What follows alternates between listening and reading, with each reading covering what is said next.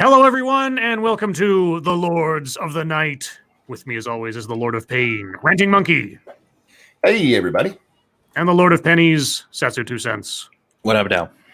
And I'm your host, Scribe, the Lord of Punishment. Hello, chat. Hello, everyone. Welcome to Friday, end of the week.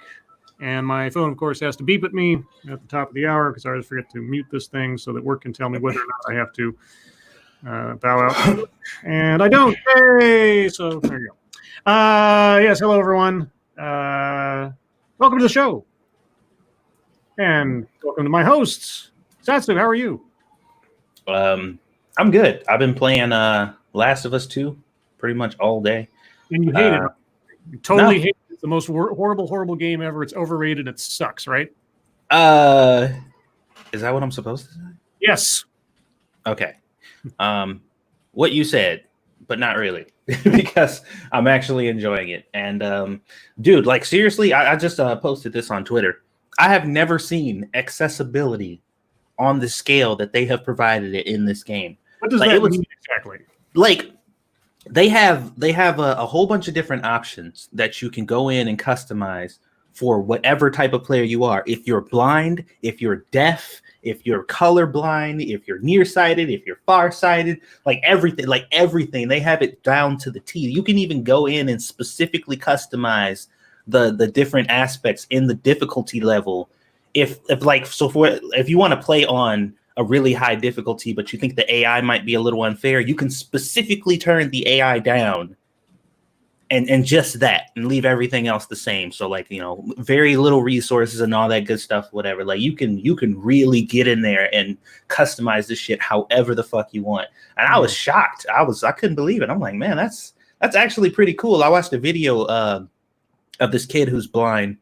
And he, you know, he still plays video games whenever he can or whatever. And he was like in tears looking at all the accessibility options and stuff they had on there. He was like, this is like amazing. So that right away was just like, all right, Naughty Dog, I'm on board. Let's see what we got going here. It's pretty cool. I like it so far.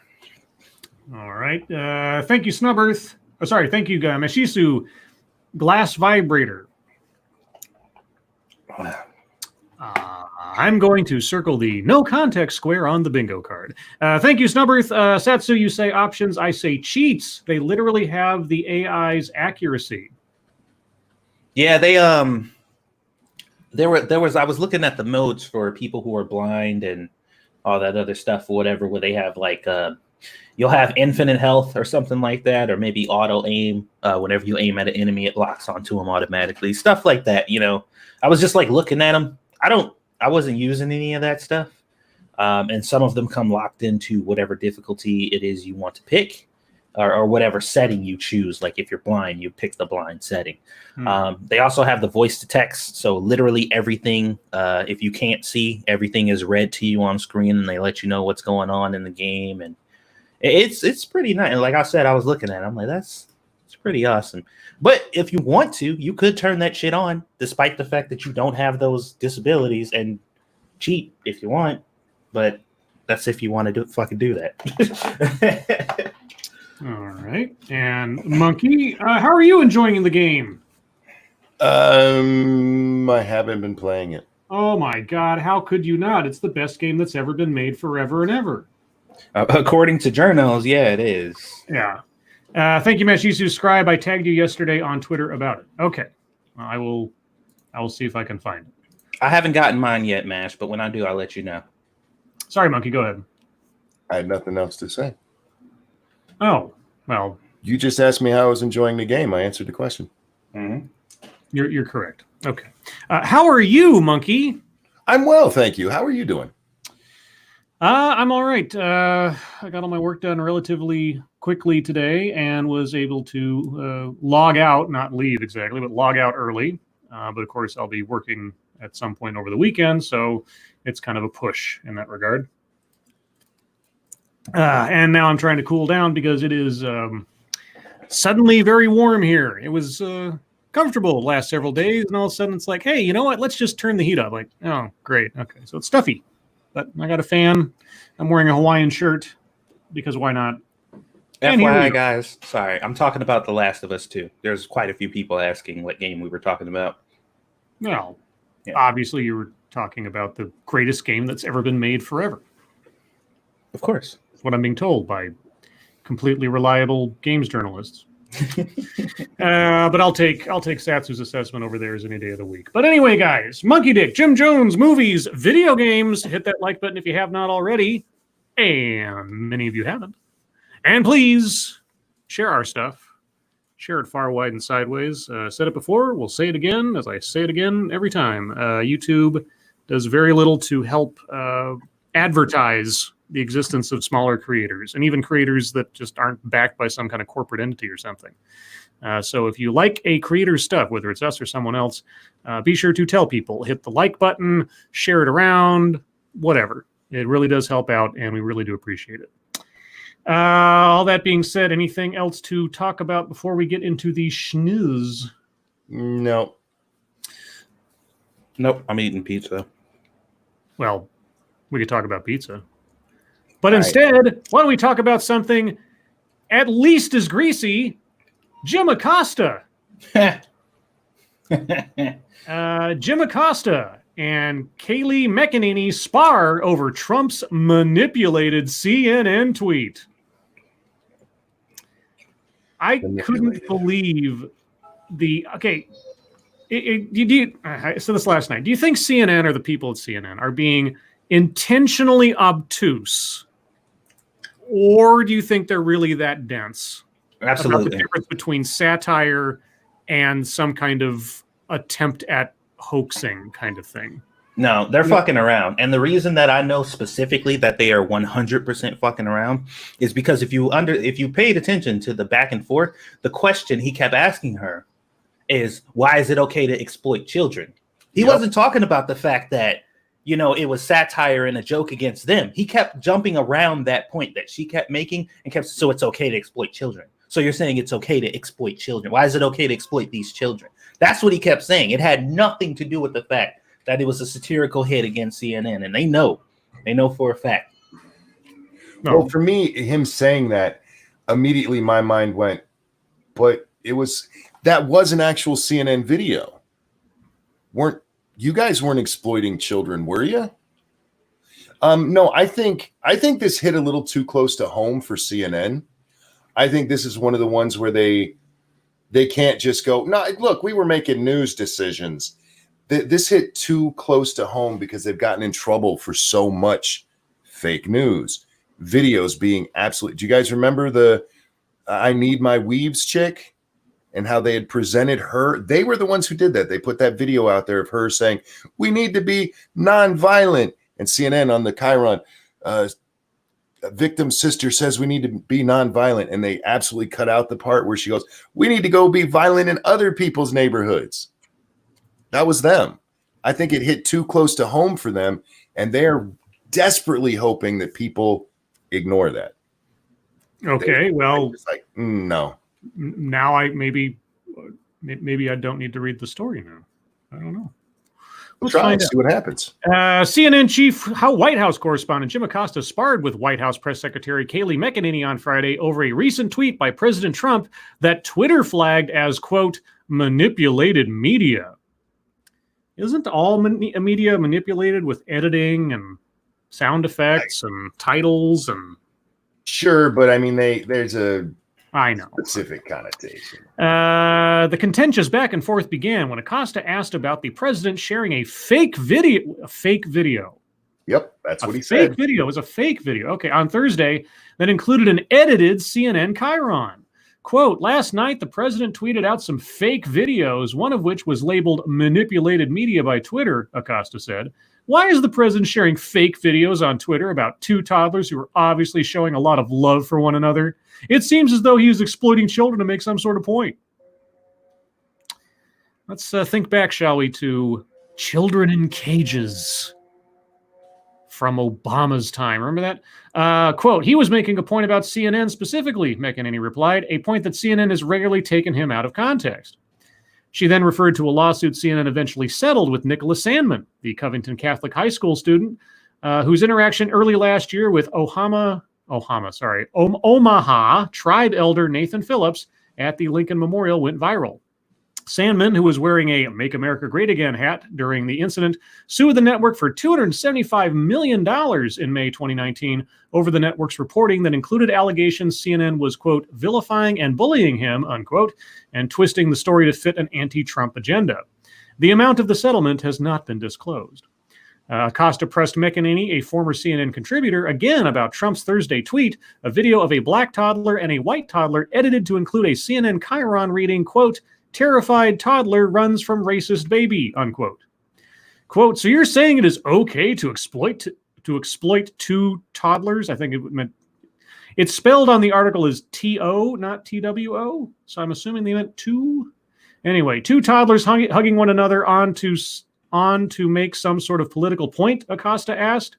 As you know, the president has described members of the press as fake news during the course of this administration. When you share a vague video like that, doesn't that make you fake news?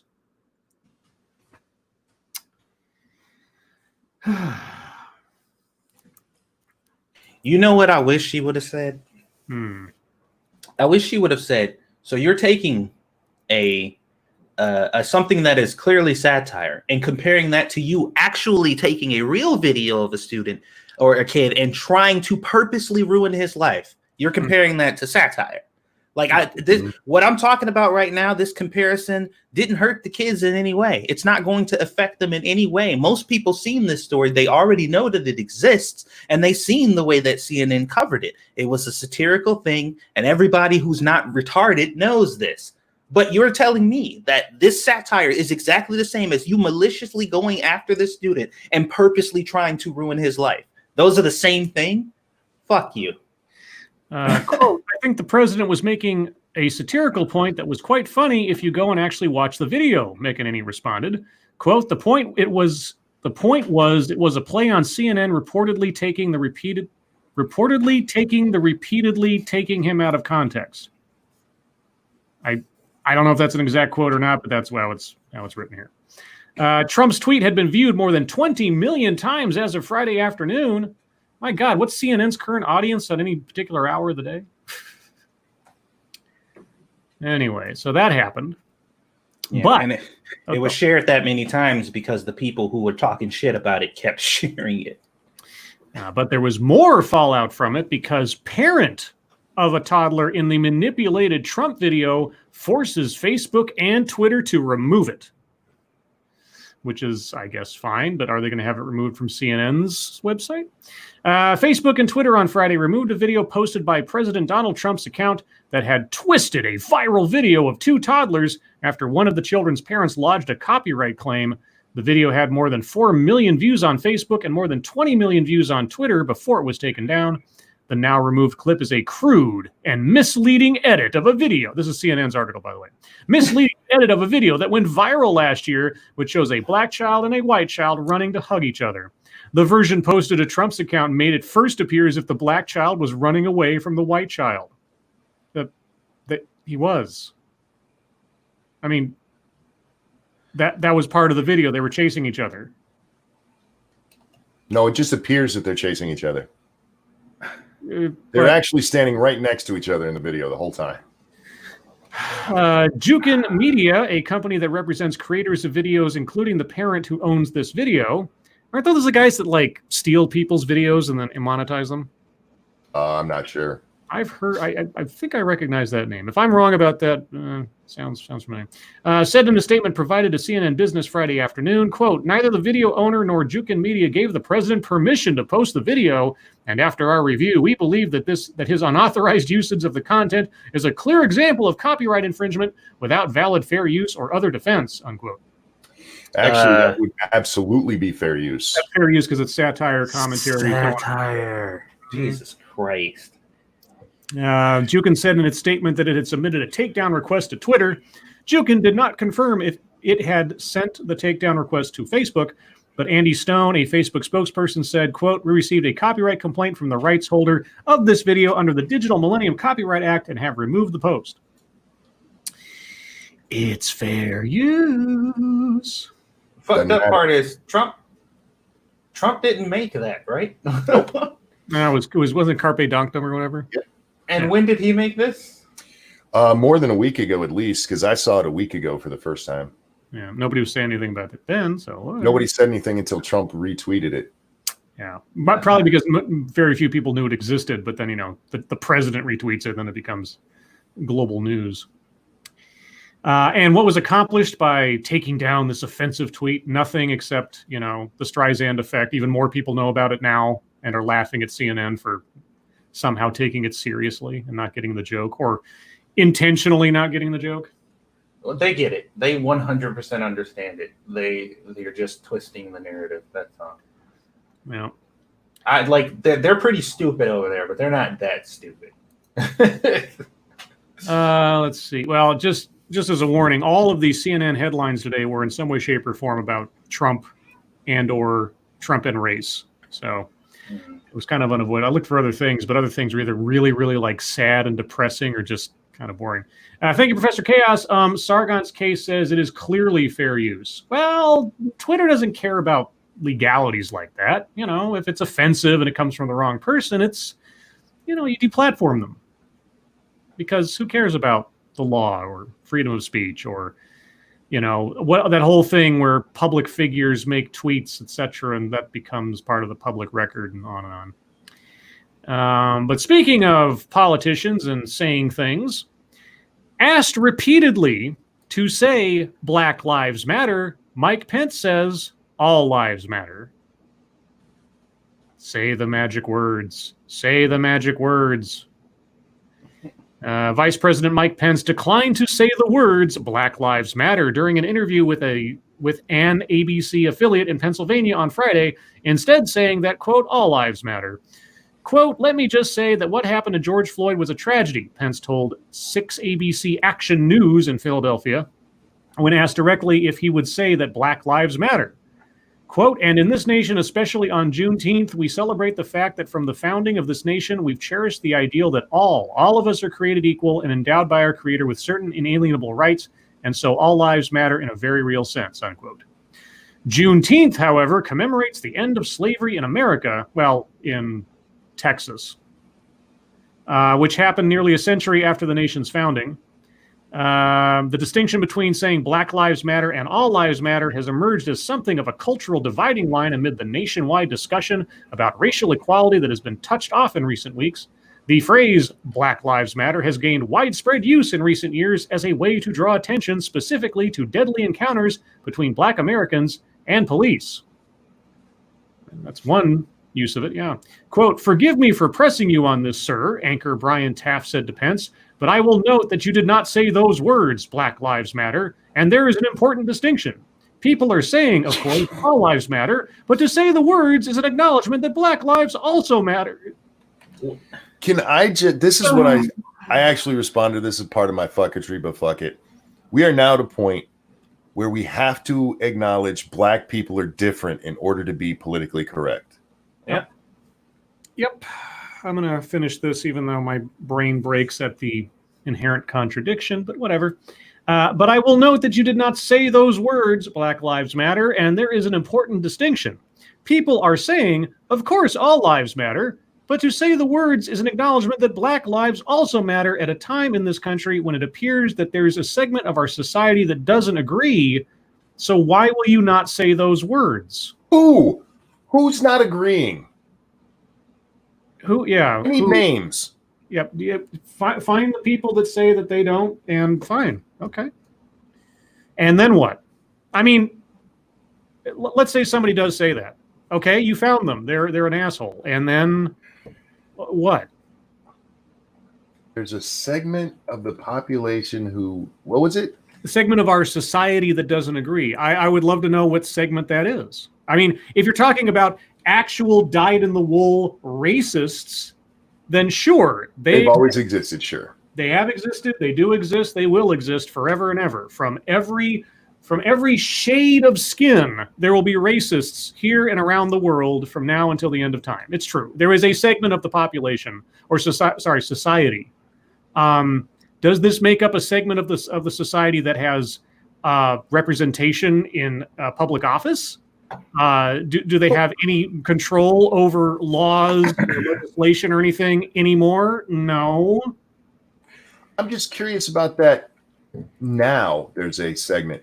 There's been segments like that since the beginning. Yeah. And they actually have less influence than ever. So I'm not.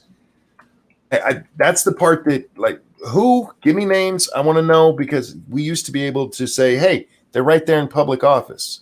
Yeah, that segment of society, whoever that is so pushed out to the fringe of tolerance by everybody else at this point that they are a minority of a minority of a minority. Where they belong. I mean, unless they're talking about the segment that is also black. Now, Satsu. No, that's stop. I was just saying. You're perpetuating myths. Look, we need to talk about the people who don't agree that Black Lives Matter.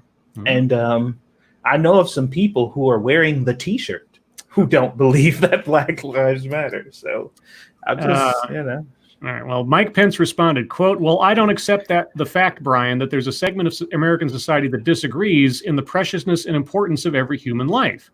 And it's one of the reasons why, as we advance important reforms in law enforcement, as we look for ways to strengthen and improve our public safety in our cities, that we're not going to stop there, unquote. Pence went on to tout the black unemployment rate pre-pandemic and the development of economic, quote, opportunity zones, unquote, adding that the administration is, quote, absolutely determined to improve, unquote, the lives of African Americans.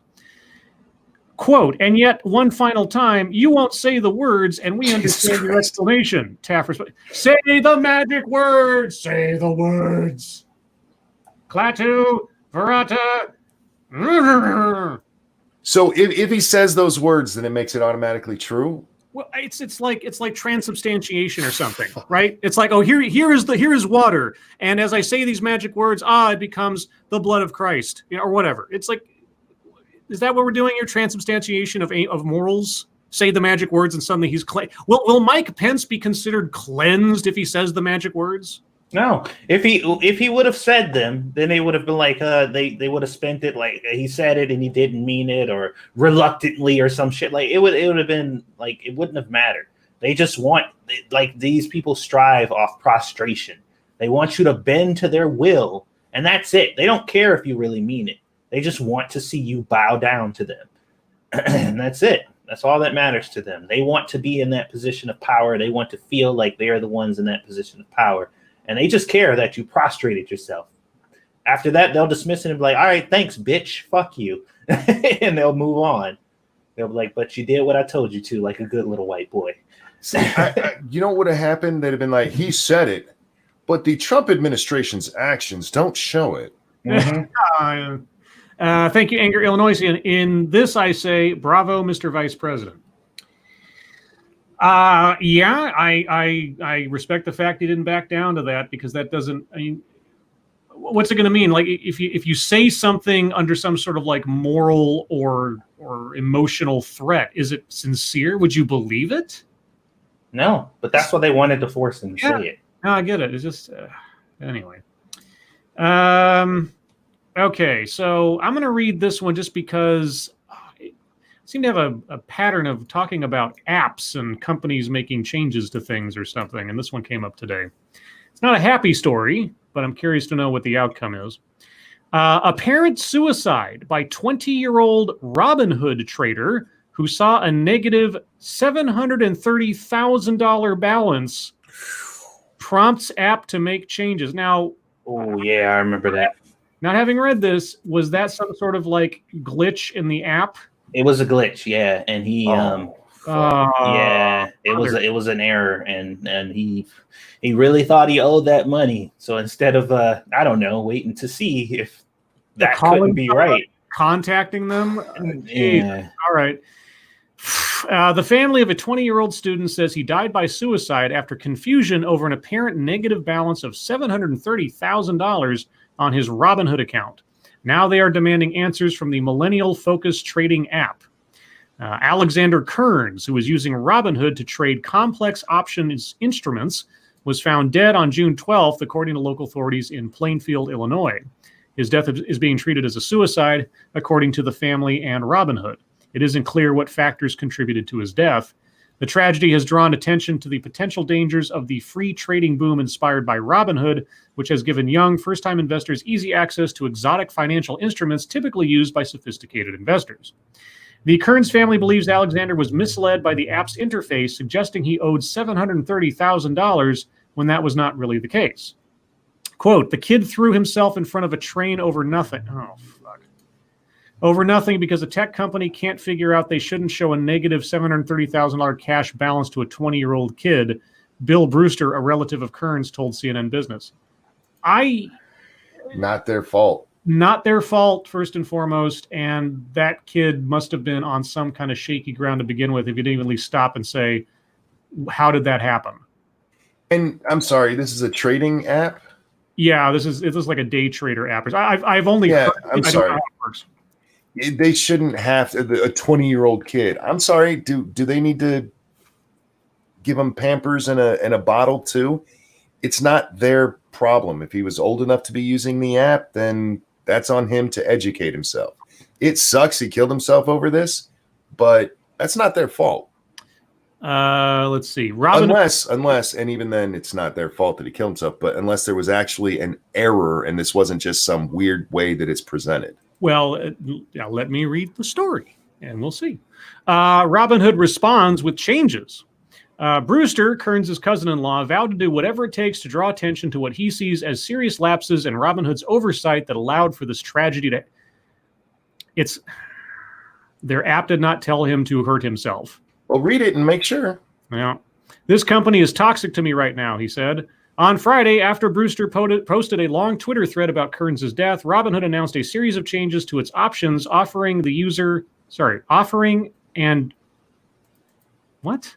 changes to its options offering and user interface. Okay, directly in response to the incident. That's odd language.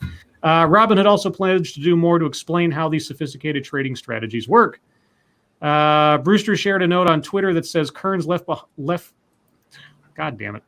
shared a note on Twitter that he says Kearns left behind before he died, which indicated he was distraught and confused over his Robinhood account. Quote, how is a 20-year-old with no income able to get assigned almost $1 million worth of leverage? Kearns wrote in the note that Brewster posted. The puts I bought/sold should have canceled out too, but I also have no clue what I was doing now in hindsight, unquote. That is your fault. Although Brewster initially believed Robinhood had improperly granted Kearns vast amounts of leverage to trade with, he no longer believes that was the problem. Twitter users who saw Brewster's stream of tweets alerted him that options traders on Robinhood sometimes see a negative cash balance until the other half of their trades are executed. In other words, Kearns did not actually owe $730,000, but he was apparently led to believe he did. Quote, my sense is that it was all over nothing. It was a user interface issue, said Brewster. Brewster blamed Robinhood for simultaneously pushing its product to young traders while not putting in safeguards to prevent this kind of confusion. Quote, that they didn't have enough foresight to think this might happen is offensive to me, he said. A source familiar with Robinhood's procedures told CNN Business that during options trading, it is possible that cash and buying power will display as negative until the other side of the trade is processed. That does not mean, however, that this is a negative balance due to debt. Still, Brewster questioned why Robinhood hasn't done more to explain this issue to its mostly young users. Quote, why is there no pop-up window to say this is not an actual obligation? Brewster said. Why is it necessary to show a bunch of millennials that you know are signing up in droves? Why is this okay? Unquote. I got a point in the sense that there's not enough instructions on there for something this complex but still, they're not responsible for the death in any way, shape, or form. But for that kind of confusion, they should, making changes makes sense. How many other people have made this mistake and killed themselves over it? Well, those are two different things, aren't they? Well, if it's a major problem to the point, if they want to say, okay, this is delayed, all right, fine. But they're saying that this is some problem with what they did. It's worked fine until now. Well, we don't know, and they don't say if there's been any other complaints about the same thing. So I couldn't tell you. Now, as far as deaths resulting from it, I'm guessing that if there were anything prior to this that was tied to that, they would have said. But Sucks he's dead, but it's not their fault, and I don't think they did anything wrong here. Yeah, they need to have a tutorial level or something before people start. I mean, but I mean, you know what that means? That means at some point he was doing some kind of trade that had $730,000 in the mix as a 20-year-old. Now, granted, I don't understand any of this stuff as far as like trades and things are concerned, but still, $730,000. Even that's in the process of a trade. Like, how the hell does that happen? Yeah, I don't know. It's a little weird to lay the blame on them completely because what kind of life was he leading? Like, what kind of parents did he have where they was just like, hey, look, if shit gets, bad and you find yourself in a corner and things get, as bad as they can be, just kill yourself, dude. That's all you got to do. Yeah, that kid had some other problems going on that he overreacted that quickly and didn't ask any questions or double check what was going on. But yeah, so they may be responsible for having better user information on how the process works and what the things on the screen say. Other than that, though, they're not responsible for the kid killing himself. Drew W., thank you. Millennials have no problem about that much college debt. They have a problem. It's called college debt. That doesn't really go away for a long time. But when you sign the papers, it takes the responsibility. Anyway, guys, on that rather dour note, we're going to move on to the wonderful world of MSS News. If you have news stories you would like us to read on the air, please send them to us via Twitter using the hashtag MSS News. Can't promise to get to them all, but probably because I'm long-winded. Let's see, who's first? Top Ramen Lewis sends us this one. Let me close that down so I can still watch the chat window. Scientists reveal a lost 8 billion light years of universe evolution. What? Okay, you have my attention. Last year, the Advanced LIGO Virgo Gravitational Wave Detector Network recorded data from 35 merging black holes and neutron stars.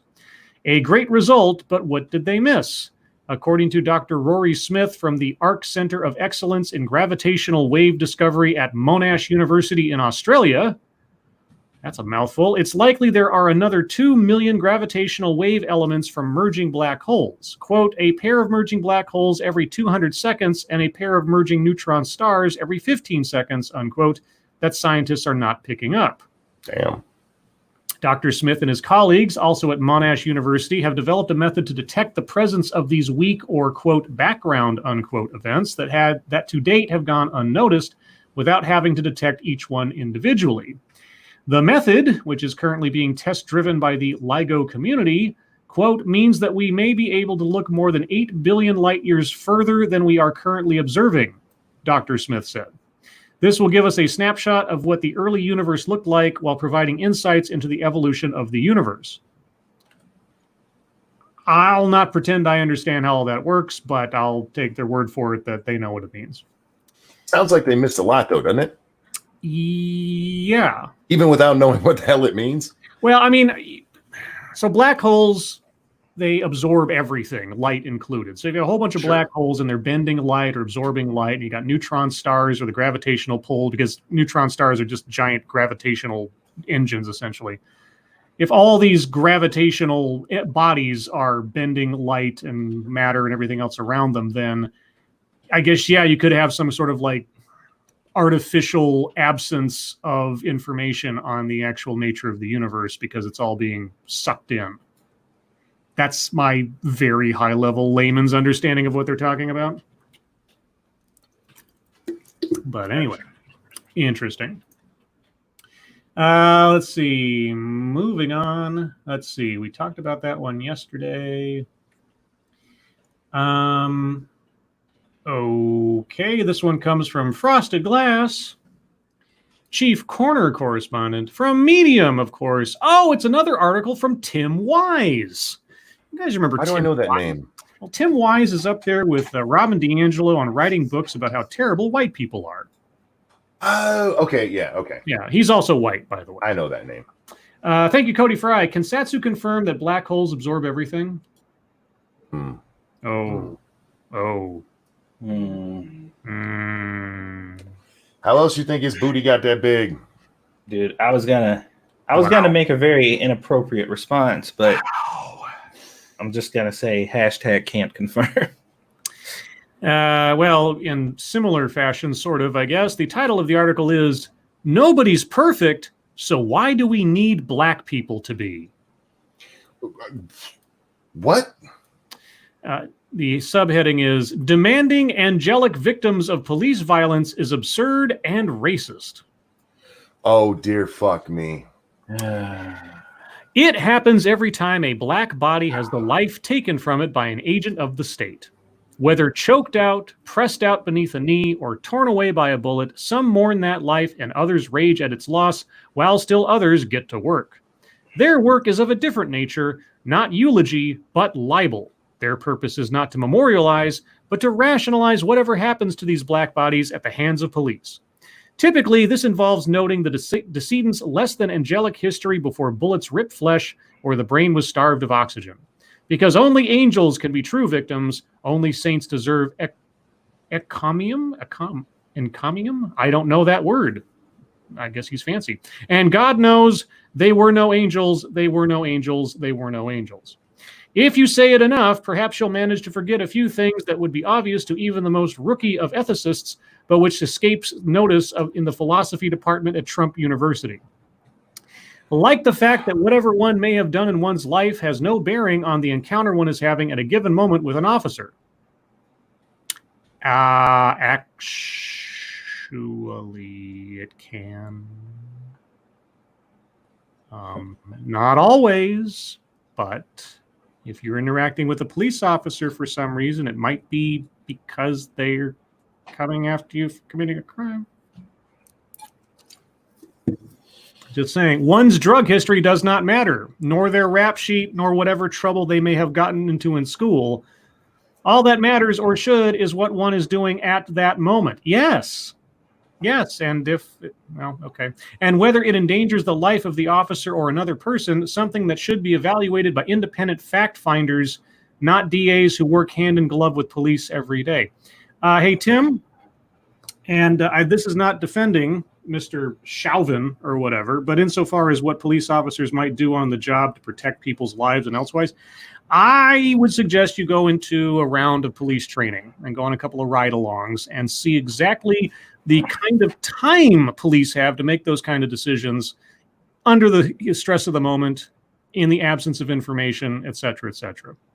It doesn't forgive crimes. It doesn't forgive sins, but maybe you'd have a better appreciation of exactly what at that moment means when you're the police officer. Oh boy. It's so weird because this person is making that argument, sure, but that's never, ever mattered.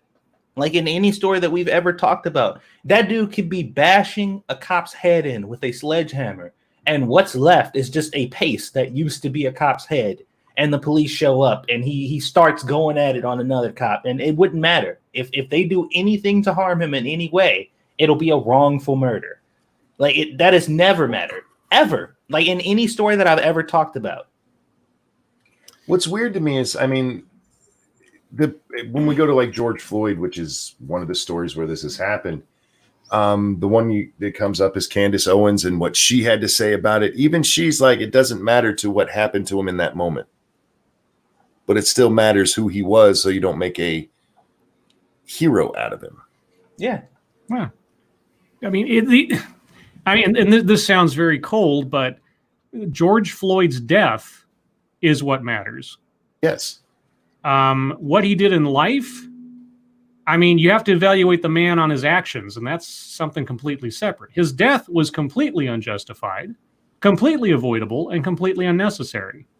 But you don't deify someone because they died badly. I understand there's a separation. It sounds very callous, but the villain there is the officer Chauvin and the guys that stood around. Those are the villains of that story. Anything that he did prior to that point, I don't even know what his history was. But at that stage of the game, he wasn't hurting anybody. He wasn't a threat to anybody. And even if he was, I said this, I think, the day or two after it happened. Even if he had been beating somebody to death just prior to the cops getting him on the ground, did not justify them killing him.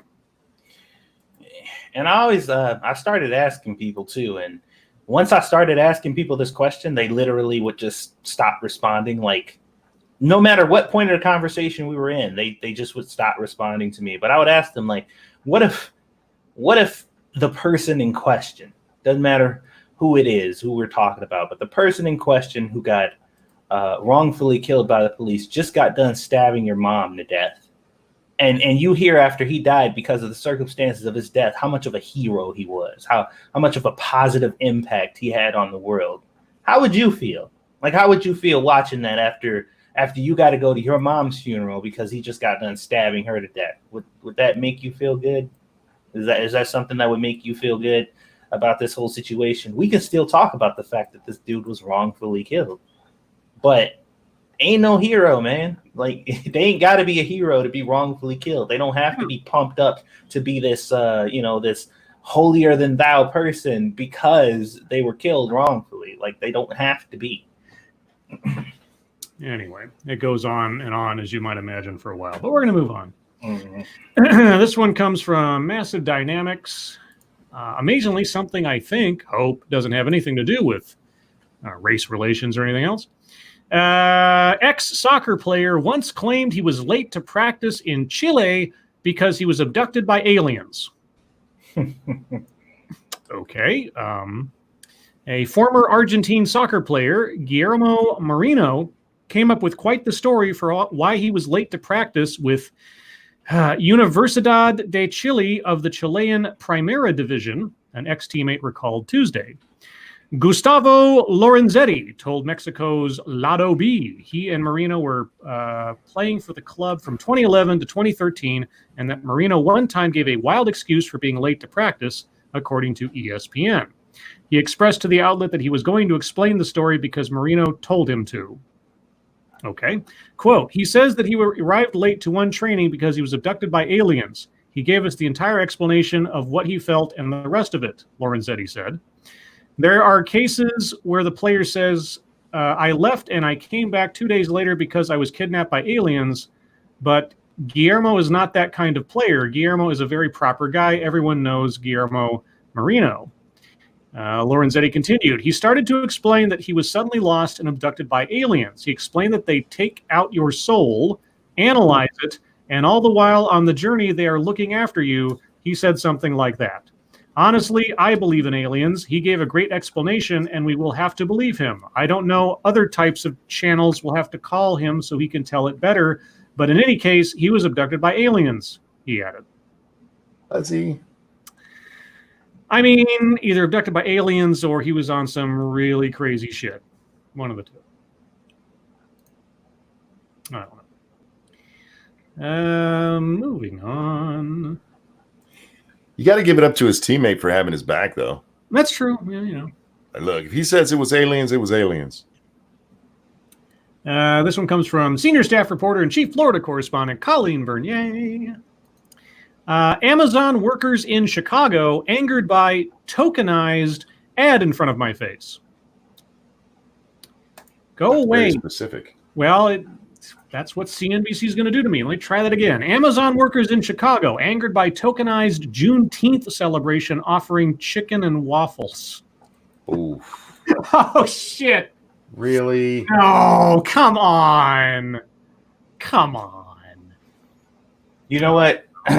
Who was that? I think there was a comedian I was watching one day who was like, I get so conflicted sometimes when I encounter racism because I see a sign offering me some chicken. I fucking love that shit. And I want to come running, but I know I shouldn't. I know I shouldn't do it, man, but come on. Come on. Workers at an Amazon warehouse in Chicago have voiced outrage at the company after the facility offered employees, quote, an authentic meal, unquote, of chicken and waffles in celebration of Juneteenth.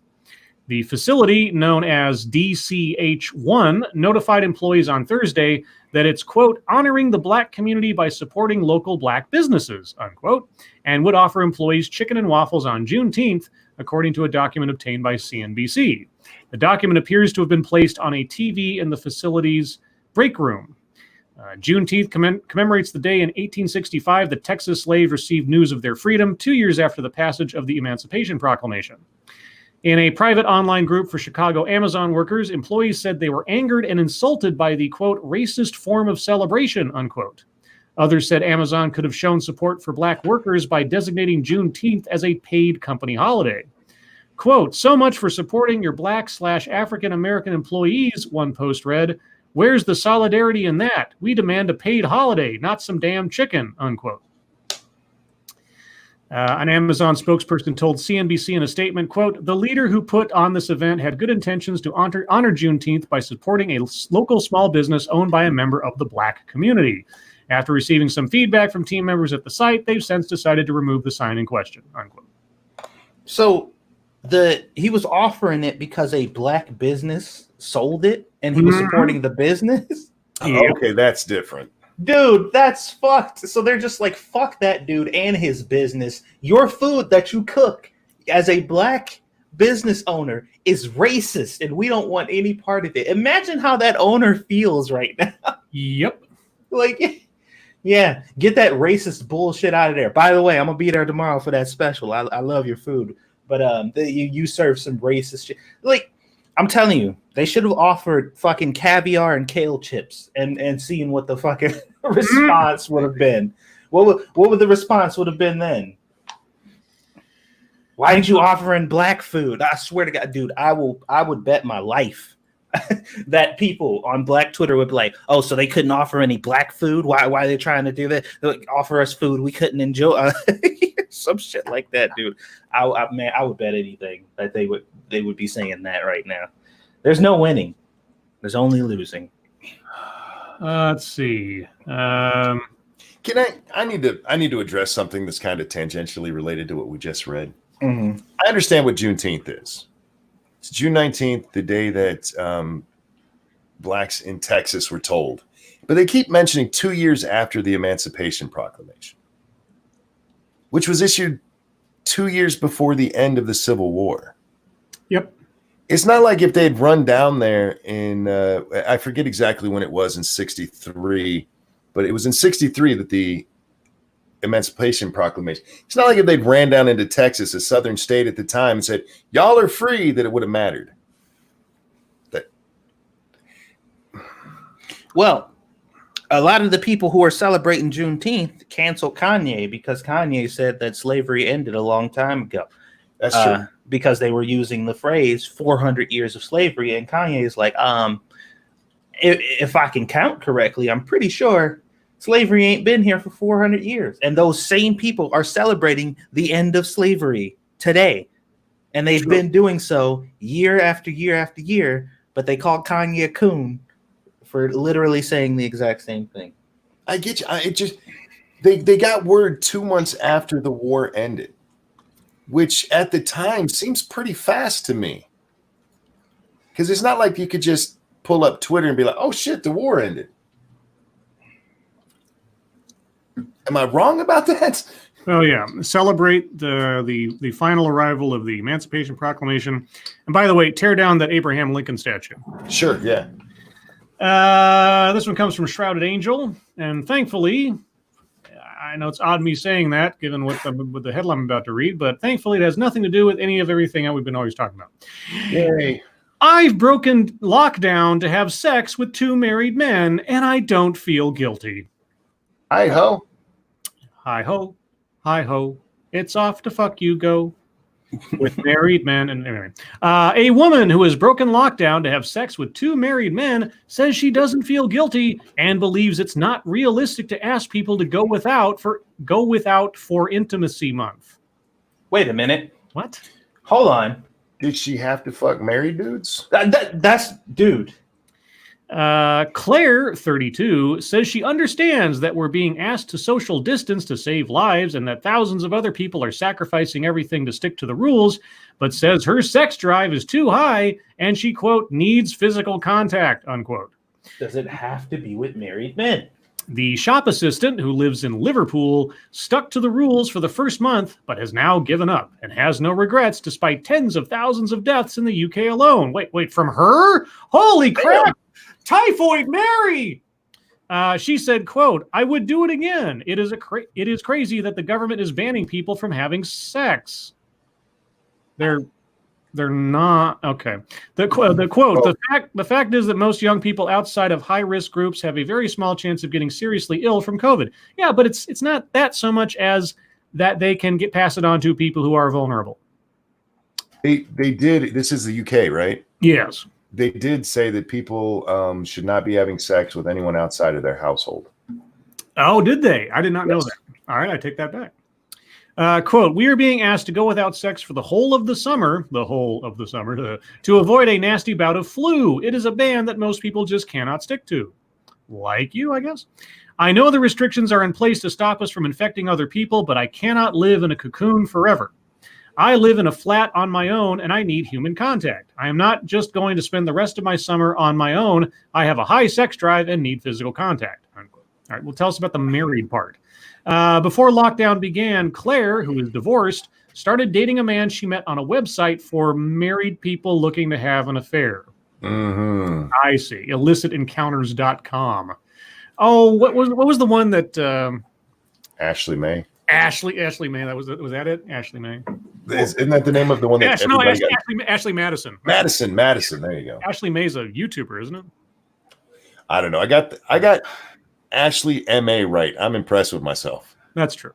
They tried to keep their relationship alive with video calls. However, within a matter of weeks, decided to meet up. She said, quote, "We stuck to the rules for about a month and just FaceTimed each other," I'm sure you did, "putting on little sex shows to keep the spark alive. After a month, we could wait no longer, and he came to my flat for an afternoon of fun. It was explosive because it had been so long for the both of us." So he's not having sex with his wife then? Well, okay. "He is in his 30s, too, and works in finance. He is married, but has a much higher sex drive than his wife. We see each other every couple of weeks at my flat and always have sex. Neither of us feels bad about breaking the rules because we are young and fit and we are showing no symptoms." Till he kills his wife. But not satisfied with just breaking the rules with one man, Claire has also started dating and meeting up with someone new. She said, quote, "He invests in various businesses and is separated from his wife during lockdown." Sure he is. Quote, "He contacted me for the first time about a month ago, and we had sex at my flat last week after I cooked him dinner. Again, the sex was amazing."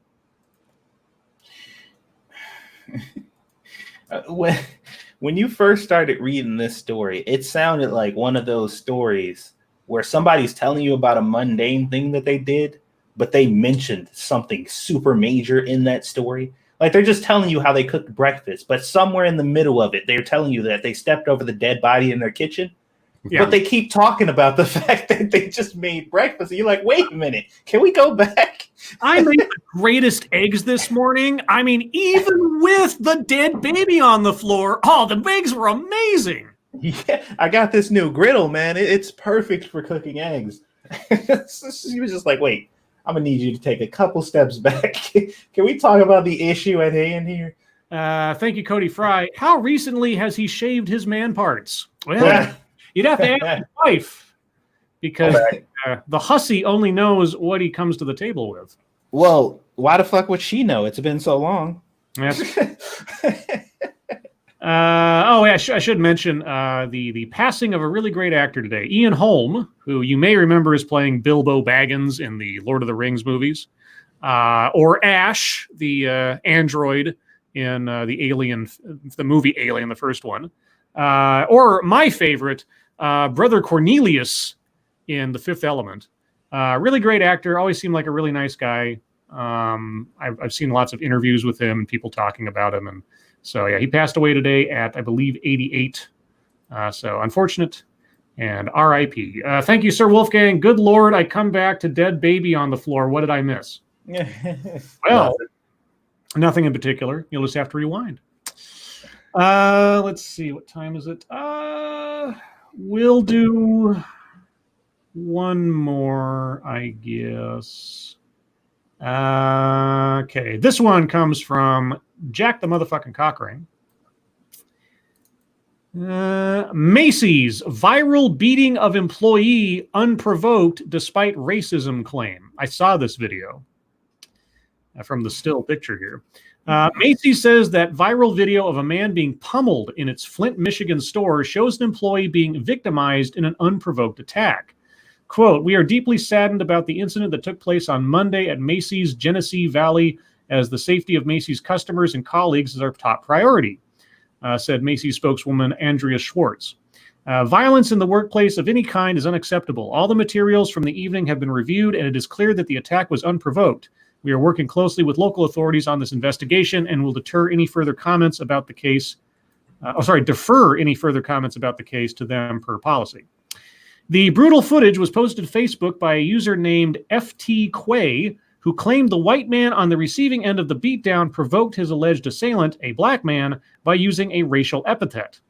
Quay, whose Facebook profile says he's from the Flint suburb of Grand Blanc, wrote the man throwing the punches,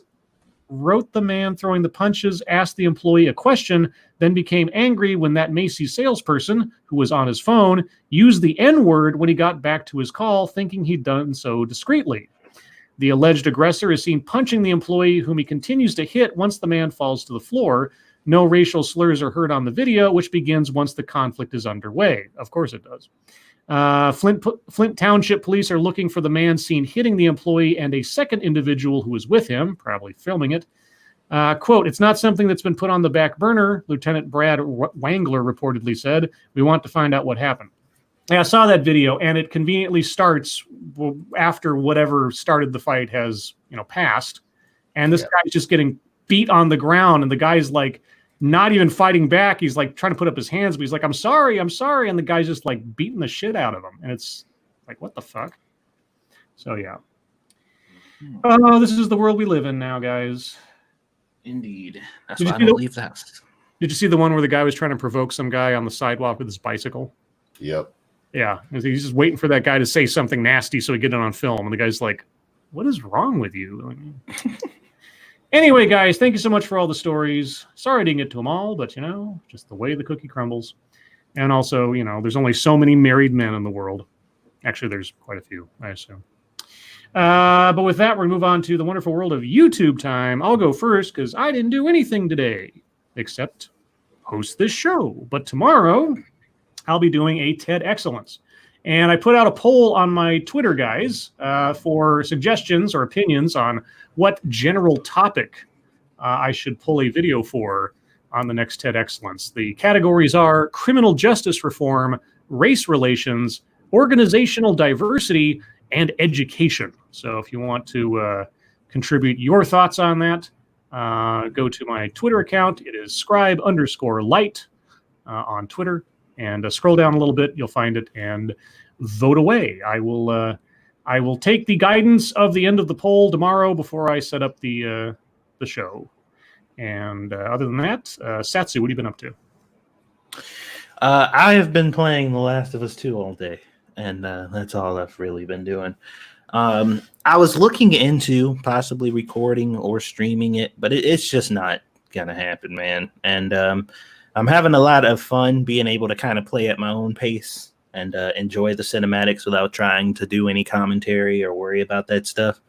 I'm just kind of enjoying it for what it is. So I'll be releasing I was thinking of doing a first impressions before I do a review, which I might still do. We'll see. But I will be doing a review of the game. Probably won't be like a whole bunch of game footage and stuff, because just recording that stuff and getting that footage from the PlayStation is kind of a pain in the ass at this point, because it's not in my computer room. It's in the living room, so I'll just be talking about it essentially. And I don't know if I'm gonna make it spoiler free. We'll see. But yeah, that's what's on the agenda. I'm just playing this game and kind of enjoying it and trying to beat it. All right, Monkey, what have you been up to? Let's see, did a Monkey in the Morning last night, and had a lot of fun with that one, and then went and played Fallout and did 2 episodes because I've decided I am going to break these up. And when I do game streams, I'm going to break them up in 2-hour stints because I started getting comments again where people are like, YouTube is screwing this up. It says it's 3 hours, but I'm only seeing 2 hours worth. It's because of the way the rendering process works. If it streams longer than the 2 hours, it'll only show you the last two for sometimes up to 24 hours. Yeah. It's like, I don't want people losing that much. So yeah. So I did 2 of them. And the second one, actually, I finished the main story where things went horribly wrong. I'm not going to explain how. You guys got to go watch. It's just not how it was supposed to go. Go watch and enjoy. What faction did you end up aligning with? That's part of what went horribly wrong. Oh, okay. Then I won't. Yep. So I'll tell you off when we're done. But yeah, I don't want to do it on the air. So I'm going to be doing the DLC coming up. Got both Nuka World and Far Harbor to do. And thinking about what game to play next. I was thinking either Witcher 3, which I haven't played. Possibly Outer Worlds, which is out there now. And my son really loved it. He highly recommends it. So I kind of want to do that one as well. And then somebody brought up New Vegas because I had originally thought, I'll just go through Fallout, do the 3D Fallouts. Mm-hmm. And I don't know if I want to go back to Fallout 3, but I wouldn't mind revisiting New Vegas. New Vegas was fun. But we'll see.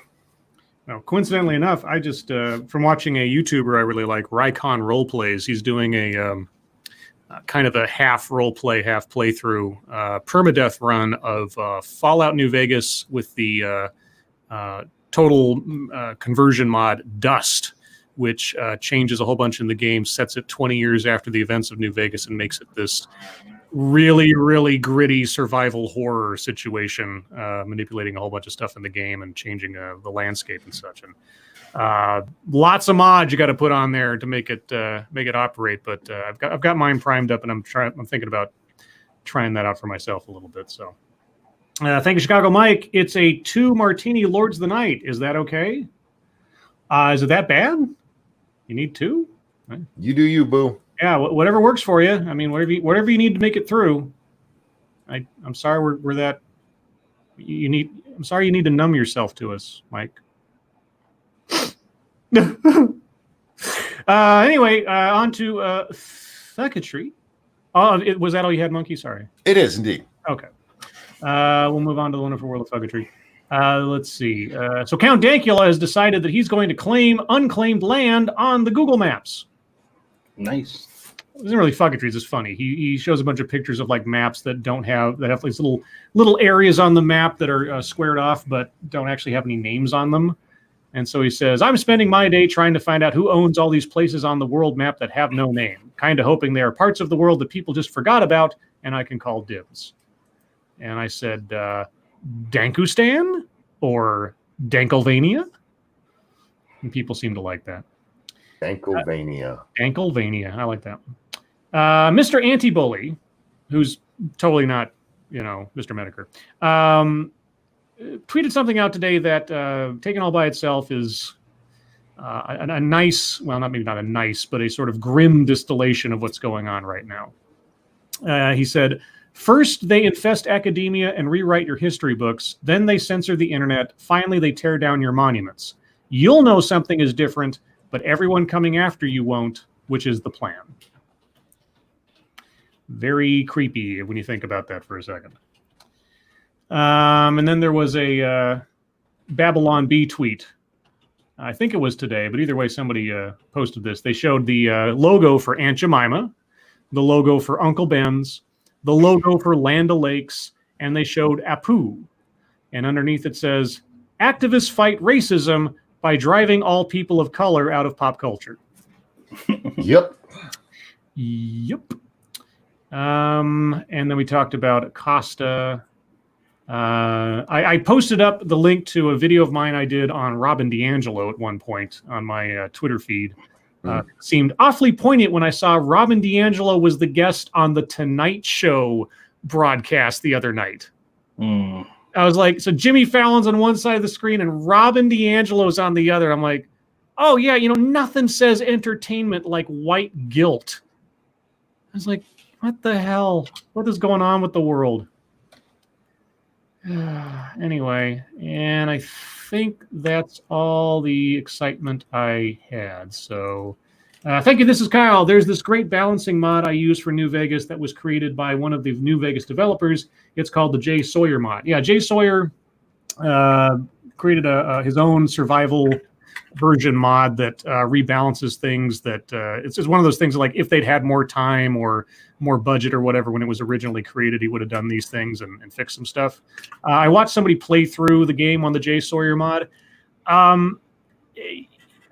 the beginning of the playthrough, you're told that a whole bunch of things are different and different items are put in different places and some things aren't just given to you. You have to find them, that kind of deal.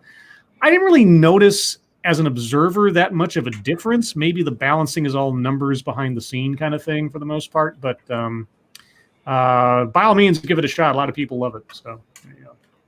But anyway, Satsu, what do you got? Let's see. In relations to the the fucketry that we just talked about with the mascots, whatever, not the mascots, the people of color. There was one with the Aunt Jemima Twitter page or whatever. It was like, I have some information that might implicate Hillary Clinton or some shit like that. Oh no! Yes, and I'm just like, bruh. It all makes sense now. And this was also presented to me without context, so I shall present it to you without context. It says, me on Ellen. And it says, Ellen, so I heard you're circumcised and you want your foreskin back. Me, yes. Ellen cuts off a piece of her thick, meaty flaps so I can use it as skin to graft and replace my foreskin. Me, oh my God, Ellen, you didn't. And I'm just like, what? I feel like I missed an episode of Ellen. Like, excuse me?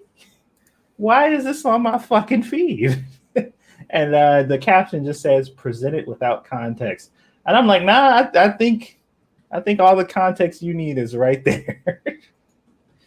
Oh, God. Yeah, that was, I don't know. I don't know why that was on my feed, but it was. Let's see what else I got into today. I'm sure I got into something. Oh, I saw a trailer for an upcoming movie called Cracker. Oh, yeah. It's about a shifted reality where the black people are the slave owners and the white people are the slaves.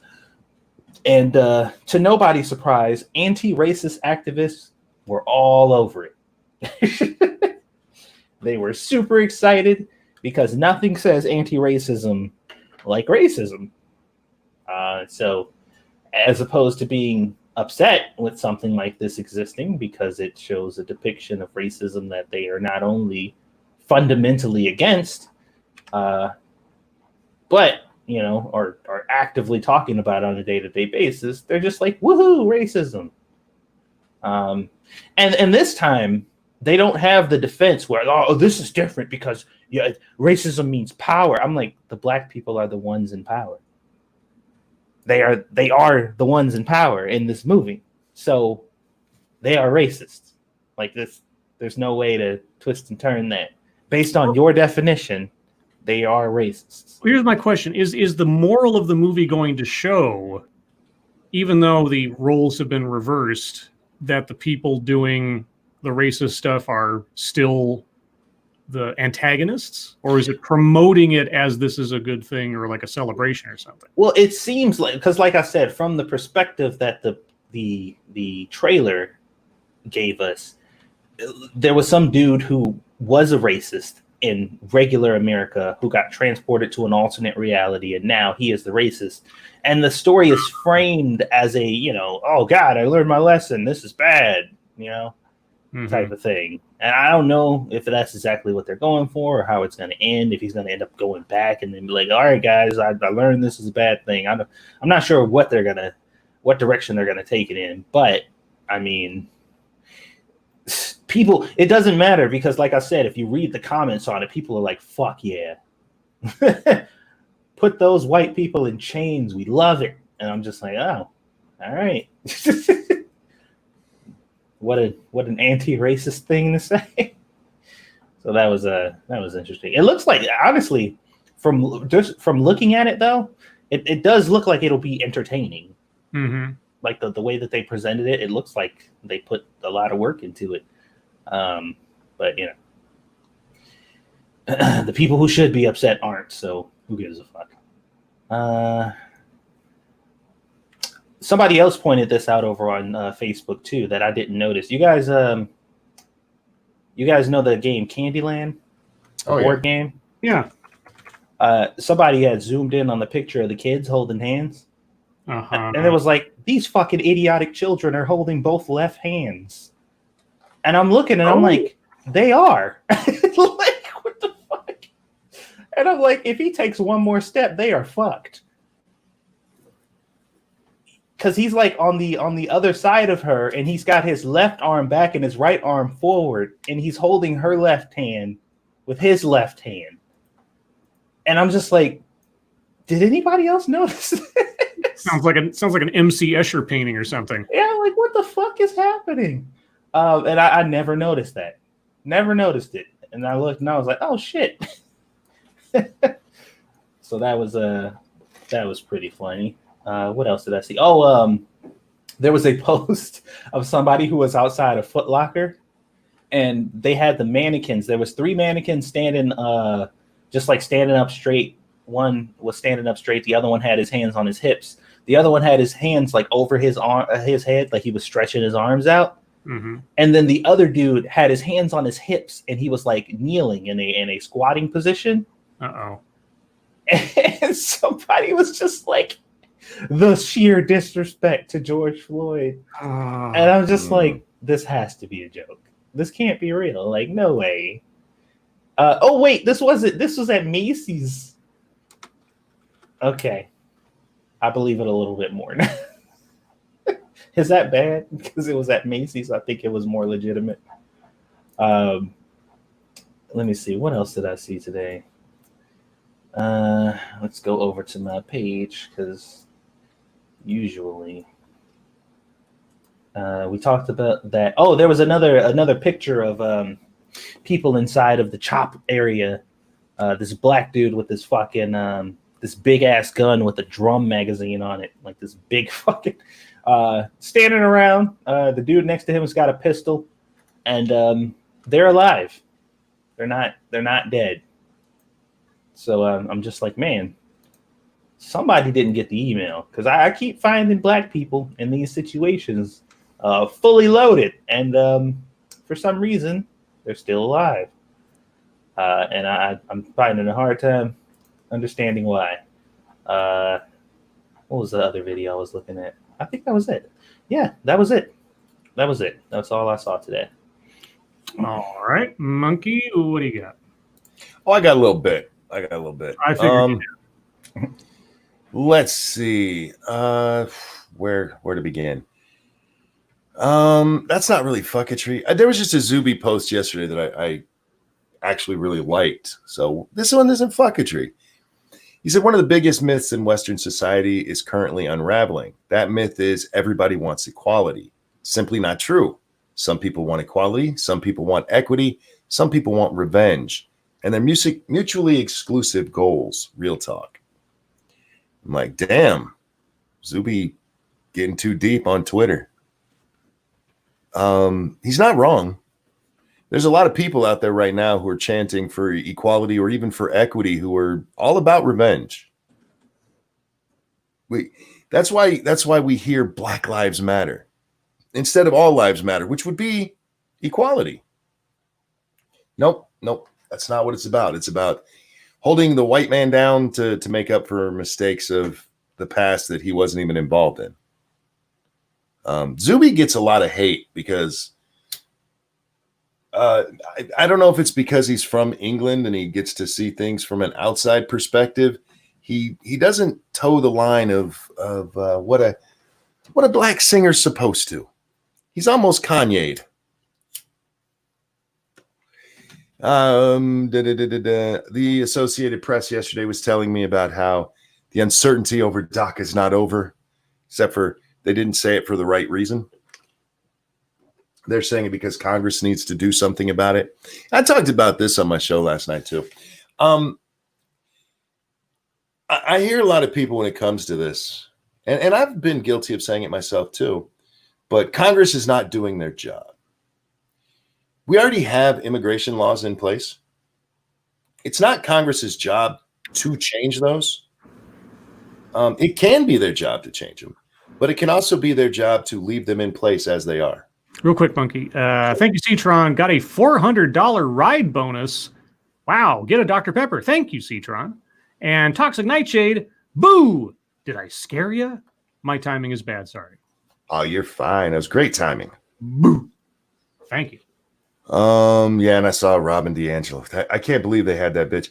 Why is she on the Tonight Show? I don't know. I'm like, what could you possibly get from having her on there? I was like, oh, here, let's have this expert who has made a career out of being a racist on a show during a time where the big topic is racism. If you ever listen, I got 2 or 3 videos of her, and just listen to what she says. Listen to how she benevolently denigrates anyone who isn't white, while at the same time saying white people are inherently evil because they're white. If you're born white, that means you were raised effectively illiterate about race. Mm-hmm. And I was once standing next to a black man at a workshop, and someone said, "I don't see race." And he said, "Well, then you don't see me." Yeah, that's asinine, because that would mean he also didn't see himself, if that was what they were saying, you dumbass. Yeah, she wants to promote the idea that to see someone with a particular skin color means you must assess them as having a certain experience, a certain life quality, a certain attitude, and on and on and on. So remember, guys, the best thing to do is to judge people on the basis of their skin color. Now, please go buy my book. Yep. Thank you, Chicago Mike. Scribe Interrupted Ranting Monkey. Is this reverse day? Maybe I'm in a parallel dimension. It happens all the time. Stop it. It does. Thank you, Mike. Joe Rogan's trending right now. Oh, what do you do? Apparently yesterday during his broadcast, he was talking with one of the Weinstein brothers. I forget which one. I want to say it was Brett. Okay. But during the exchange, he said Joe Biden is obviously in mental decline. Rogan said that, or Weinstein said that? Rogan said it. Oh, okay. And some people are like, yeah, and the other people are like, how dare you? Mm-hmm. I saw an ad from him today. I went to watch Blair White's video. Blair White had a great video on the J.K. Rowling thing. But in his fucking ad, he stumbles over his words. Like, you can reshoot that. But Monkey, that would be manipulated video. I was like, are you fucking kidding me? Anyway, yeah, by the way, Blair White did a very good video today on the J.K. Rowling is transphobic thing. Just, acknowledging that biological sex is real. And going after the allies, because she mentions this one thread, and how if you go through it, there's tons of people in there who are trans supporting J.K. Rowling, mm-hmm. and a whole bunch of people who aren't trans going, fuck that transphobic bitch. Yeah, it's kind of funny if you look at it. But anyway, yeah, I don't want to deal with AOC. She's an idiot. This idiot is going after Carpe Donktum, however you say his fucking name. Tweeted this out. Streamlabs and Patreon, nice to know you guys. Enable trolls who manipulate and spread fake political content. Seems like it doesn't reflect super positively on your brand. Oh, God. Here we go again. The best part of this guy, though, is not even this tweet, because I saw this and I laughed my fucking ass off. I'm like, wow, you don't get parody. And, I wonder if he does this for like Saturday Night Live. Do you go after all of their advertisers? Like, they're spreading fake news, you guys. That's parody. When you had Alec Baldwin up there pretending to be the president, that wasn't really Trump. Do you think they know that? It was Trump, Monkey. But the best part of this is in the replies to here, somebody calls him a Karen, which, by the way, does fit here because he's running to talk to the manager. And he says to them, that's our word. you conservatives need to come up with your own word. You're kidding me. Not at all. This motherfucker is claiming Karen after acting like one. I was like, oh my. Wow. Some dude I don't know. He says George W. Bush has a DUI. Dick Cheney has a DUI. Matt Gaetz has a DUI. Mike Capro has a DUI. Beto O'Rourke has a DUI. But Rashard Brooks had a DUI, couldn't get a job, and was killed. This country's criminal system was built to incarcerate and kill Black and brown Americans. Like, my original reply to this, it's actually funny. Somebody who replied to me almost word for word got it. Like, did those guys resist arrest? Did they steal a taser? Did they run away and try to shoot at the police who were arresting them? But instead I went with, and I showed that video I talked about, I think yesterday on the show, where that guy was busted with heroin and marijuana and a stolen handgun. Mm-hmm. He doesn't even get his arm twisted. He nicely turns around so they can cuff him. He sits down quietly. When they decide it is an arrest, he stands up. They read him his rights. They nicely walk over to the cop car, and it's done. That dude did way more than a DUI. By what I've been hearing, he should have been shot at least twice. At least. You can't compare arrest to arrest to arrest to arrest. They're all different. They're different situations. They're different police. They're different jurisdictions.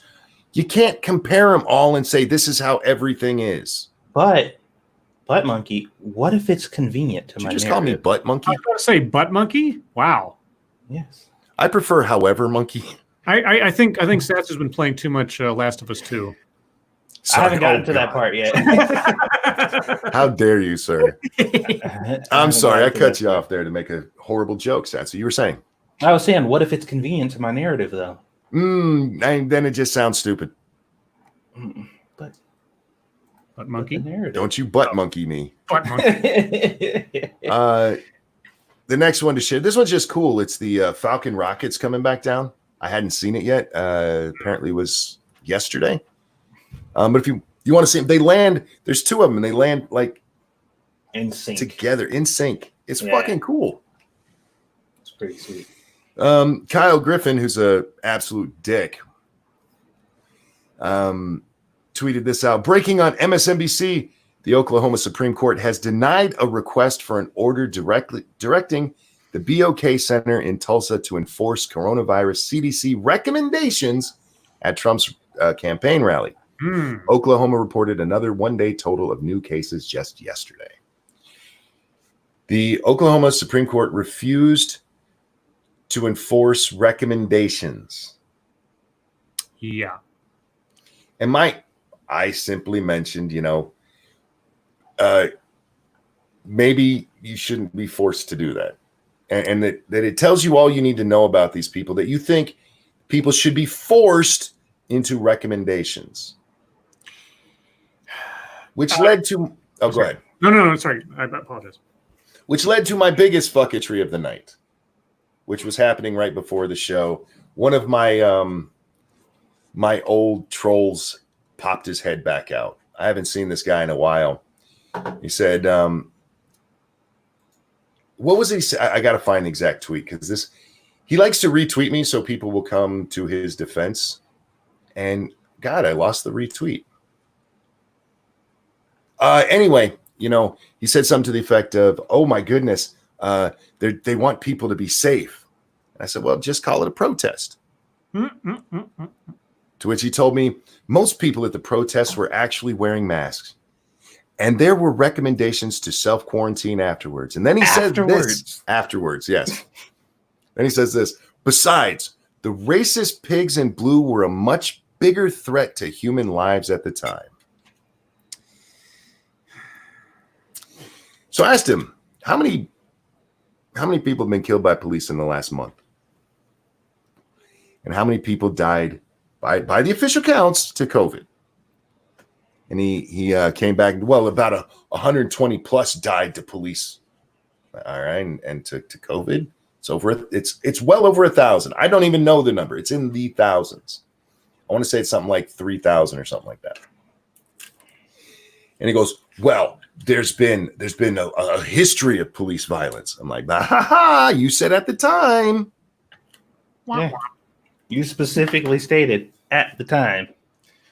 And I've had a back and forth with this moron, and it's a lot of fun for me. If you guys want to go read it, I'm not going to go through all of it, but it ends with him going, I got Monkey to what hang on. Shit, I just closed it.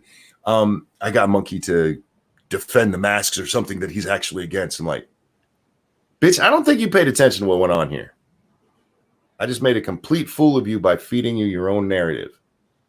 But all the best to you, sir. You're an idiot. Thanks for playing. And that's all I got, Scribbles. Monkey, you're against masks? I don't care. I wear one when I've gone in public. That's what I was thinking. I'm like, I don't recall your position against masks being that you were against them. My position on them is that the experts, I'm using the air quotes, can't decide if they're good or not. Mm-hmm. I'm perfectly fine to err on the side of caution. Yeah. Do I think people should be forced to? Not if they can't decide, no. And on that same vein, Chris Saliza said this just a couple minutes ago. When I hear people say, it's a free country, do what you want, when it comes to mask wearing, it makes me insane. You do not have the right to infringe on others' rights. So all of those protesters that weren't wearing masks were bad people, Chris? Well, here's the thing. Wearing a mask isn't about you getting sick. It's about protecting the most vulnerable among us. So, Chris, would you force people to wear masks? Yeah, if you're saying, let's see. Yeah, and somebody else in his thread here says, you should have told that to the protesters from 6 weeks ago. And then somebody responded, I don't even know if this might be the same guy. They said, most of the protesters in Seattle wore masks. I can't speak for other cities, though. Anyway. Even if you say most, there's still a lot who aren't. But this is the real question for Chris. If somebody's not wearing a mask in public, is it okay for the police to kill them? Yeah, they're threatening other people's rights and lives and everything else, Chris. And any police interaction could lead to that. So that's what you're suggesting when you say that. Would it be okay for George Floyd to be killed for not wearing a mask? Oh, boy. All right. Well, thank you, Connor Johnson. Considering all the backlash and controversy surrounding The Last of Us Part 2, my thoughts and opinions on it are highly conflicted. What about you? The only person here with any knowledge of it is Satsu. So, Satsu, do you want to recite your current opinion? Of what? The Last of Us 2? Mm-hmm. Yeah. So far, so good. I'm actually enjoying it. I think I've encountered a few of the more controversial parts that people had, and from what I've seen so far, I haven't seen anything where I'm just like, this is especially egregious. I like the game.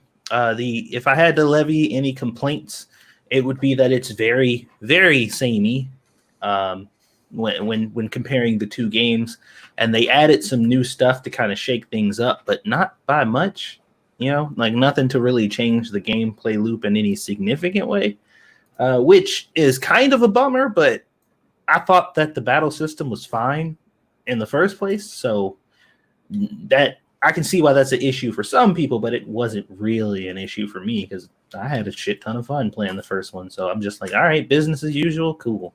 The dodge button is really iffy, and the way that they have it set up, it's not set up as a quick time event, but it functions like one, if that makes any sense. To where if you are attacking the enemy and they attack you or whatever, if you don't push the dodge button, you can get locked in an infinite hit loop until you do, and that could just kill you like right off the bat. So it's kind of, I don't know if I'm down with the implementation of it, but it for what it is, it's fine. Outside of that, the dogs fucking suck. I hate the dogs because they can sniff you out, and they throw a monkey wrench in the whole stealth aspect of the game because those motherfuckers they're relentless. They will follow you to the ends of the earth. You cannot sit still for more than a couple seconds, or they will hunt your ass down. You play as a woman, right? Shut up. You shut up right now. What?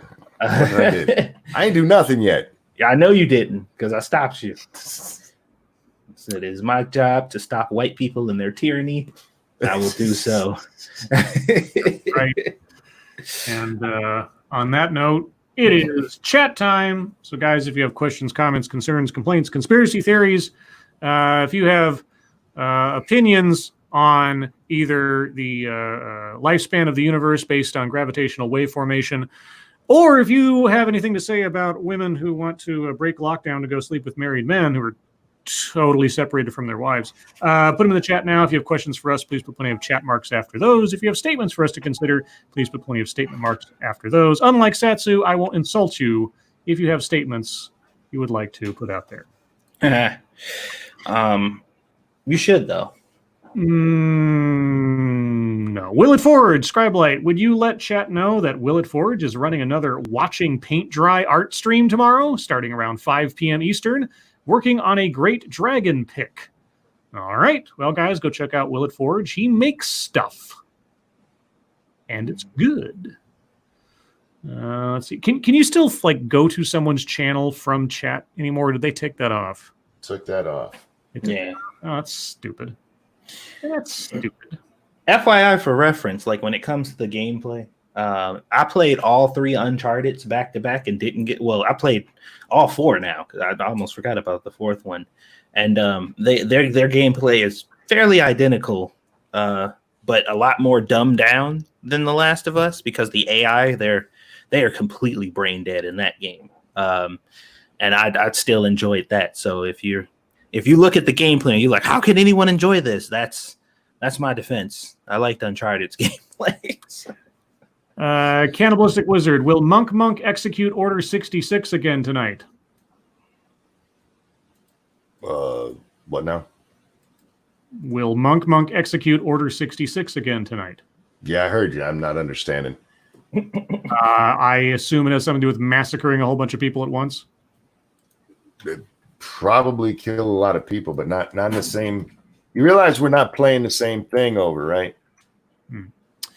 Pyrus Creed, did Tulsa really shut down a Trump rally? And Satsu, have you gotten to the sex scene yet?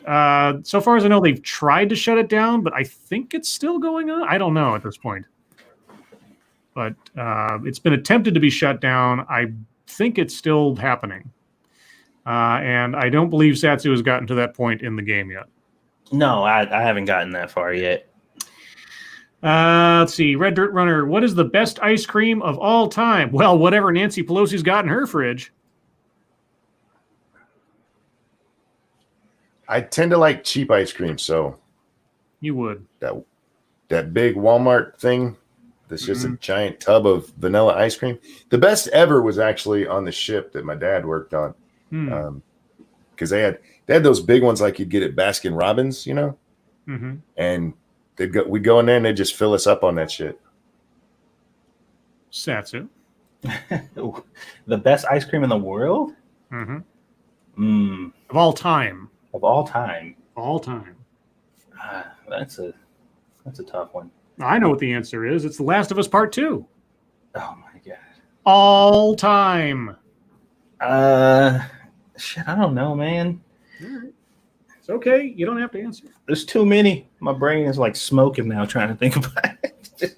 Talek says, Scribe, did you know Beethoven was black? And I said, and I have to say, no, he's not black. He's brown and he's white and he's big and he's fluffy. His nose is black. Not like that. But I'm talking about Beethoven, not Beethoven. Those are 2 different people. No, one's a dog. Dogs are people. I'm not acknowledging any shit you guys are saying right now. Moving on. Priscilla, I'm on page 10 of the Lords of the Night. Page 10? Holy cow. Of the Lords of the Night comic. Still not sure how many pages it'll be. Stay tuned for updates. I thought you were just going to do a cover. You're doing a whole comic book? Did I miss that part? I must have missed that part. I thought he said he was doing a comic. Wow. Okay. Yeah. I'm dying to know what's going on in that story. Jeremy M. Oh, Lords, would you try a fried peanut butter and jelly pickle sandwich? For why? Would I try it? I might take a bite as an experiment, but I would not seek that out, let's say, if that makes sense. That don't sound good at all. I had, when I was really young, I think it was at school or something, the teacher brought in chocolate-covered grasshoppers, and I had one of those. And, you know, if I didn't know any better, it just sort of tasted like a Twix bar or something. It was just crunchy and chocolate. But that's about as weird as I've gotten in food before. Speaking of weird, have you guys seen this new thing where people are like hollowing out pickles, putting a hot dog in it, and then like corn dog in it? No. I've heard of that before, actually. Yeah. I've just started seeing that, and I'm just like, you know what? I feel like I'm looking at that, and my body's like, oh, no. But I think if you try it, you'll be like, hold up. My mind tells me no, but my body's telling me yes. Thank you, Devil Fruit Zero. First day at new job. Get some Dr. Pepper on me, Scribe. Why would I waste good Dr. Pepper by putting it on you? Oh my God, Scribe. Yeah. What? Huh? You singing that song reminded me of this post that I saw that was like, if y'all didn't know that R. Kelly was fucking children before this whole thing, I don't know what's wrong with you. There was like, go back and listen to all his songs again and put them into perspective. It was like, my mind's telling me no. Why? Why, Kelly? Why is your mind telling you no? Exactly. Because she's 14. Motto Winter. Oh, Lords, did you know that Cali is planning to make it so that the state can discriminate based on protected characteristics? Look up Cali Repeal Proposition 209. Well, I would not be surprised if the government of California or the voters therein decided to go that direction. I'm not familiar with the law specifically, but if that is the case, sure. But I did not know that. Well, it's not the top of my head, so. Tack Alpaca, is there actually such a thing as a wrong opinion? If so, can you give an example? A wrong opinion? Not necessarily. I mean, you can have you can have an opinion that is factually incorrect, sure. Yeah, right.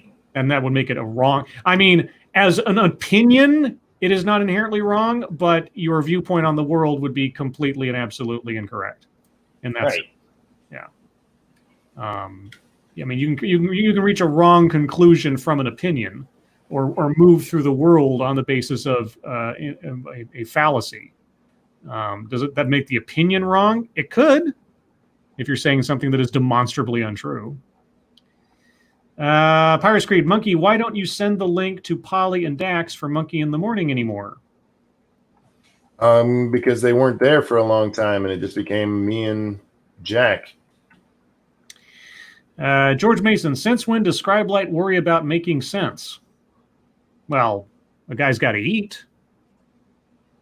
Since he became friends with Satsu. Let's see. Midnight Exile says it's called a corndicle. Of course it is. Check your logic. Chocolate-covered grasshoppers, like in Saved by the Bell.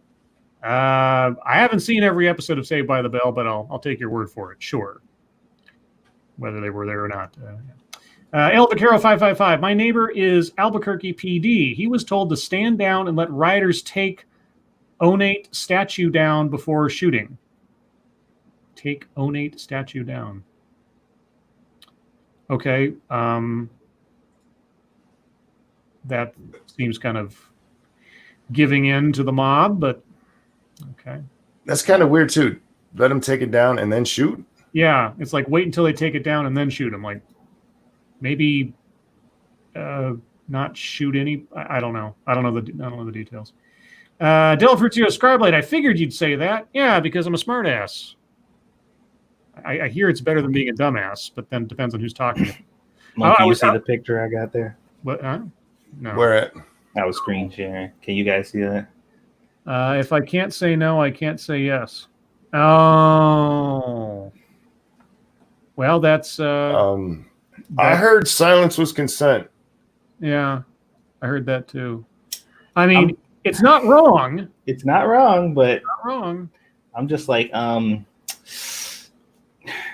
we allowed to talk about why that probably is not a great idea? Let's see. Pyrus Creed, will you start sending the link to them? I think Polly is getting sad. They've both been told how they can get on the show, and I'm not changing things up because somebody might be sad. Oh my God. Red Dirt Runner, Monk and Satsu, have you all thought about doing a State of Decay 2 or State of Decay 2 Heartland run? It is 4-player. We've done State of Decay 2. Yeah, I thought you had. Yeah, and it was fun. That game was a good time. It had its issues, man. It was pissing us off a bit, but the game itself is fun. I don't know if they fixed all the issues that we were having back then. Motto went to okay. Real quick, the problems we were having was mostly connectivity. I kept getting kicked out of the damn game, and from what I've seen on Steam, has the exact same issues on Steam. So. Motto Winter, oh lords, would you all try a ostrich egg omelet with grilled turkey, goat cheese, and chopped purple onions? What now? Sure. Ostrich egg omelet with grilled turkey, goat cheese, and chopped purple onions. Why not? I eat chicken eggs. I would try an eighth of an ostrich egg omelet. Yeah, it'd be a big fucking omelet. I've seen an ostrich egg before. I've actually, that would be a huge omelet. I mean, I would try it. I wouldn't necessarily finish it. Sure. Elvacaro 555 Scribe Light. Onate sounds like Onyate. Okay, it was the shooting where the guy in the crowd was taking a skateboard to the face. Oh. So the cops said wait until the statue's down before shooting? Okay, so basically they were just supposed to wait there and not do anything unless the statue came down. Okay. Is that guy... Obviously, the system doesn't move that fast, but I assume he's claiming self-defense. I have no idea. Yeah, I would assume so. Let's see. Cannibalistic Wizard. Silence is consent. Time to visit the mute school. Oh. When that thing came out, we heard so many horrible jokes. Yeah. So many. Green Death. Have you considered doing a Minecraft playthrough, Monk? I have no real interest in Minecraft. If you want to see me play Minecraft, watch us play 7 Days to Die. Red Dirt Runner, Lords of the Night. When the thought police come for you, who is the first person you throw under the bus, and why is it Monk? So I'm probably the easiest to do it to. You hear what that motherfucker said? Yeah, Monkey's definitely the most outwardly antagonistic of the three of us, I think, at least online. So. Oh, in real life as well. I'm sure. Actually, I know. I'm here after the stream stops and we're still talking to each other. You guys have no idea the pain I suffer every night when I have to listen to this man afterwards. You don't hear it. I'm unapologetic about it. Tech Alpaca, have you ever purchased essential oils? And if so, what did you use them for?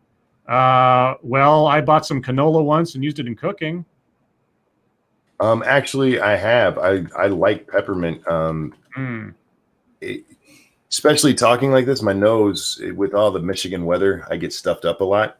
And peppermint's a good way not to have to shoot shit up your nose. Let's see. Affable Sage, Scribe Light. These people who go on and on about race and all that don't use logic. Logic is their enemy. They argue and manipulate emotion. You can't convince someone running on emotion. Sure you can. You can convince someone easily running on emotion. Far easier. Far easier than logic. Yeah, arguing someone with facts and figures and common sense takes effort. Manipulating someone by way of emotion is completely a cakewalk. There's no comparison.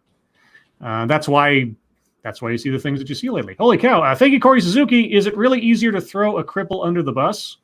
Is it the short bus? Depends. Is he in a chair or not? Yeah, that's that too. Lion Patriot, thank you. Weibo is forcing Polly to watch Twilight. Please pray for him. Polly's making a choice. Unless Weibo is his dom. I don't know. Unless our massive schlong is knocking at his back door right now, then he has a choice. Wait. Are we talking about The Last of Us 2? Kind of. Knocking at his back door. Thank you, Green, so much. Well, he did take a skateboard truck to the head, tried to retreat, had a guy with knives attack him while people were screaming, kill him, and took a skateboard truck to the dome again. So, yeah, self-defense. I thought so. I don't know what the status of the case is. Like, there's two particular incidents that I'm curious about the outcomes. One is that guy with the skateboard to the head. And the other one is the guy, I think it was in Seattle, who, like, people were beating on his car and reaching in his car, and he shot a guy. Oh, yeah. And I was wondering what the outcome of that case was in particular, because it was so. I mean, the person filming it, you heard him like freaking out, and I don't know. It sounded to me like the person was freaking out, but sort of like happy they were capturing it on video. I don't know. I just got a sense that it was like, oh my god. I was like, are you actually in fear, or are you like sort of, maybe I'm just cynical. I am cynical. Let's see. Mono Winter, oh lords, have you all ever peed on the ground beehive to test your speed? What? Peed on a ground beehive? No. I don't know what that means. Okay, I get it. All right, it took me a second to test your speed. No, my sister stepped on a underground hornet's nest once when she was like 3 and got stung all to hell. She didn't go out in the front yard again for years after that. Miss Slim 1, thank you. Here's some money. My car insurance is giving me money for not leaving my house often. I hadn't thought about that. I guess. Wait, is that like your driving record is so great because you're not driving? Is that it? I'm guessing. Yeah, I don't have a car. I don't have car insurance, so I don't know how that works. But thank you so much. I will use it on not gas for a not car I don't have. Keeverdam Scribe, is it weird that I regret voting for the least popular choice on your poll? I don't know if it's weird. I mean, I tweeted you back. What would you have voted for? If it does come down to a single vote difference by the end of it, I will take that into consideration when I pick out the video I'll do tomorrow. So if you have a choice otherwise, just tweet me back and I'll try to keep that in mind. You'll be the tiebreaker or something if that happens. Red Dirt Runner, Lords of the Night. If y'all were a D&D/video game character, what would your primary stat, secondary stat, and weak stat be? In reality, my primary stat would probably be, if we're going off of the classic like D&D ones, it'd probably be intelligence, wisdom, and then charisma. Or intelligence, charisma, and then wisdom. One of those 3.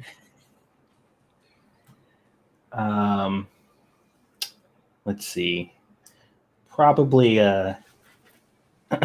what's the was it dexterity for roguelike characters? Yep. Dexterity, endurance, and my weak skill would be luck. Luck. Okay, there you go. Monkey. Oh, my primary stat would be charisma. Yeah. Got me through life, guys. I'm not even gonna pretend. Monkey luck. What's that? Secondary? Oh god. Well, back in the day, it would be agility. These days, God, I don't fucking know. Intelligence, maybe. Wisdom, maybe. Yeah. You guys decide that. I just know the primary. That's an easy one. Yeah, your weak stat would probably either be dex or strength. Oh my god. These days, definitely, yeah. I just saw a post that says, one thing the pandemic has taught me is that if America is ever attacked by actual invaders, the Democrats will absolutely join them. Oh, man. Dill Fruit Zero, Scribe Light, do you think that Sonic the Hedgehog would be happy that it's not Capitol Hill Autonomous Zone anymore because it would be a stage in one of his games? I had thought about that at one point. It was like Capitol, I was like, is that a Sonic level? Like Green Zone and this zone, that zone. I was like, I wonder if somebody needs to make a Sonic level that's called the Capitol Hill Autonomous Zone. And it's just like loops and loops around walls and graffiti. And in the background, they're like homeless people stealing people's food and that kind of thing. Let's see. Massive Dynamic Scribe Light, Lords of the Night. What do you think about Count Dankula versus the United Kingdom on taking his case to the EHCR? I don't know what that's about. Did his hate speech case come up again or something? I have no idea what this is about. I don't know. Let's see. Non-Vitae Rex. Lord's Night, most disappointing TV show finale you've seen? Oh, God, so many. Oh, wow. Most disappointing. Well, the first one that comes to mind that made me actually yell at the TV screen, and it wasn't a show I particularly liked all that much, but it was the first season of the Netflix Punisher show, where at the very end of spoiler alert for those of you that care, the very last scene of that series was Frank Castle, the Punisher, sitting in a support group circle with a bunch of other vets, and the last line is he's saying something to the effect of, my war is over and I'm scared. Cut to black. And I'm like, no. I said that a lot louder at the time, though. I was like, no, that is not. It was so antithetical to the character of the Punisher. So antithetical. I mean, most of that series was antithetical to the character of the Punisher, but that particular moment, that particular line was so opposite world. I just got so pissed off at that. What about you guys? I absolutely hated the ending of Quantum Leap. Oh, right, yeah. Otherwise, I don't know. There's been a ton of them where it was just that's a bad ending. Yeah. It's not a. You guys know I'm going to give a weeb answer. So, School Rumble, that was 3 seasons of absolute, utter, pure entertainment and character development, and it ended in the most insulting and just fuck you, thank you for wasting your time way you could ever end a show like that. And I was like, I was mad. Like, I wanted to like hit somebody up and be like, can I have this time back? Like, we need to work something out because y'all wasted fucking days of my life. Yeah. The Quantum Leap one, man. I mean, they filmed a stinger for another season, but they got canceled or something right before and said they end it that way. It's a real shame they didn't finish that off. I just don't like that they give you the ending. He never gets home. That's fucked up. Yeah, they should have left it just completely blank because the thing is, with the repeats, you would never know that he doesn't come home. I mean, unless you've memorized every episode, the next episode is just the continuation from the last one, right? Because he just jumped in. If they'd left it in an infinite loop and never made that distinction, yeah. But he never makes it home. Like, oh. Thank you, Miss Slim One, for the donation. Monkey, I think you got one too. Here's some money. My car insurance is giving me money for not leaving my house often. Yeah. All right. Cool beans. Let's see. Red Dirt Runner, Lords of the Night. Have you all seen the Star Trek cartoon Rick and Morty clone? No. Nope. I remember the old Star Trek cartoon. They used to play that on Nickelodeon back in the day. Thank you, Miss Slim One. Here's some money. My car insurance is giving me money for not leaving my home often or my house often. Thank you very much. It's very kind of you. Oh, Chicago Mike says, seriously, St. Elsewhere. No. Okay, the Tommy Westphall universe was created from the ending of St. Elsewhere, and that's totally worth it. And Chicago Mike, thank you, St. Elsewhere. No. Tommy Westphall universe, man. The entire show was all just a figment of that kid's imagination. I have never seen the end of St. Elsewhere. I wasn't that into the show. Oh, so so imagine this, if you will. You've watched all the seasons of this hospital show and all these characters and all these dramas and everything. And the last scene of the show is you see a kid who is a character in the show, but he's staring at a snow globe. That inside the snow globe is the hospital that you've been watching all the events take place at over the course of the show. And then his dad shows up, who is also a character in the show, but in this scene, in this instance, he's in a completely different occupation, just not the doctor. He's like a construction worker or something. And he's talking to somebody who says, yeah, he just won't stop staring at that snow globe. And they kind of just leave it there. And so the implication is The entire show was built up just in this kid's. The kid has autism, and so his entire show, all these characters, all these lives, all these events are just his imagination. Right? That was the last scene of that show. So if you watch the entire series and everything, the last scene is it was all a dream inside this kid's head. But the funny thing is, characters from the hospital ended up as cameos in other TV shows like Law and Order and Homicide, which are all in the same universe. So by extension, those shows are also going on inside the head of this kid.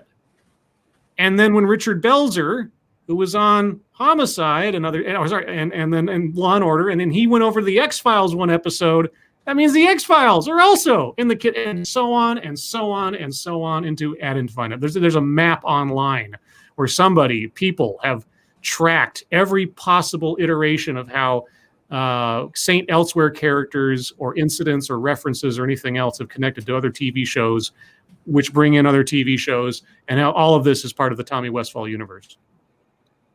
It's amazing. Amazing. Formerly Rod Line, Lords, any thoughts on Return of Lauren Southern? I didn't. Oh. She returned from what, like being kicked off of YouTube or whatever? No, she just left social media for a year. Oh, okay. I didn't know she was back. And she said she left for several reasons, one of which is she had gotten married and she's become a mom. Okay.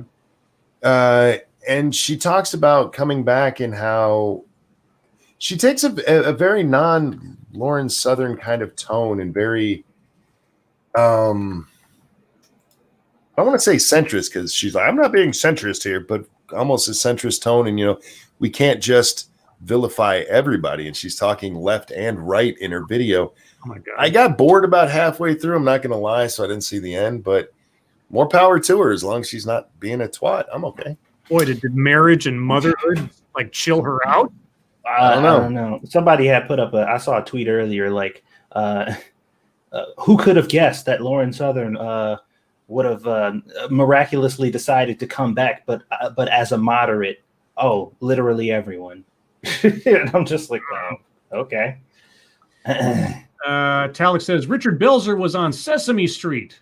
What was he playing? Munch? Was he playing Detective Munch? I don't know. If he was, then yes, Sesame Street is inside the head of an autistic child, which kind of makes a little bit of sense. Prospero says Scribe needs to change his meds. No, I'm fine. Michael Garrett, she got married and had a kid before it was too late. How old is Lauren Southern? Stephen Molyneux, is that you? Yeah. Let's see. Midnight Eggs out. The longer reproductively mature women go without reproducing, the crazier they get. Wow. There's a whole bunch of pregnancy conspiracy going on here. Talix says, Scribe, yes, he was. Oh, so Detective Munch showed up on Sesame Street? Was he investigating a homicide on Sesame Street? Because that would be funny. Weird. Let's see. She was born in 1995. Oh, okay. Well, I guess that's not any spring chicken anymore, technically. She turned 25 3 days ago. Really? Is it? Yeah, no, I guess that's right. Yeah. Okay. 25, she still hasn't hit the wall. She's all right. Yeah, no, she's fine. Her brain is still just now sort of firming up, so she's fine. Let's see. Chicago Mike, best final episode of a series, and why was it Newhart? That was a funny ending. They did a takeoff on that where Bryan Cranston got together with the lady who played, the mother on Malcolm in the Middle, and they're laying in bed, and he sits up in bed, and he goes like, oh my God, I just had the worst dream. And she's like, what was it? And he's like, I was a meth dealer. It's just like, it's so fucking funny. Let's see. Frosted Glass, Young Anne Margaret, smash or pass? Young? Oh, pass, yeah. Or smash, yeah. Smash, yeah. Anne Margaret is great. Will it forward, Scribe Light, haven't you heard of Blonde's disease? Blonde disease? I can't say that I have. Do I have to listen to Stefan Molyneux to know about that? So let's see. Check your life. So she got pregnant at 24. Yeah. Okay. I've heard of Younger. There's a whole TV show about that.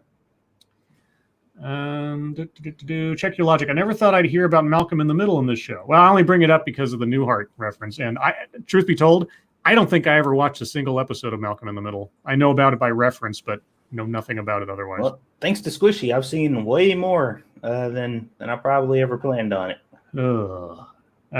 Faithless says Blonde's disease is from Beauty and the Beta Show. Ah, okay, so Matt Christensen and such. Okie doke. Oh, and I saw Grisilla did a Blonde, Beauty and the Beta Show comic book cover the other day, which is pretty cool. But with that, guys, by the time I finish this, we'll be at the top of the hour, and thus the end of the show. Holy cats, good show, guys. Thank you so much for coming out today and joining us, as you always do. You guys really are the greatest audience anybody could ask for. Thank you, moderators, for keeping an eye on things, even though all of you are so well behaved that they don't have much to do. And everybody who donated, thank you so much for your generosity. Really do appreciate it. It will all go towards Dr. Pepper and Jack Daniels and Goldfish and onward, but not gasoline because I don't have a car. So if that makes you feel better about my carbon footprint, there you go. Remember, guys, that tomorrow will be on Ranting Monkeys channel for Lords of the Night at the usual time, 6 p.m. Pacific, 9 p.m. Eastern. And also look out on my Twitter because tomorrow I will be doing another episode of TED Excellence with your suggestions on the poll on my Twitter account, guiding which video I will do, as well as a revised bingo card. I've posted it to my Twitter, but there will be a link in the description of tomorrow's video as well. Change a couple things up. You might notice, you might not. We'll see how it works out.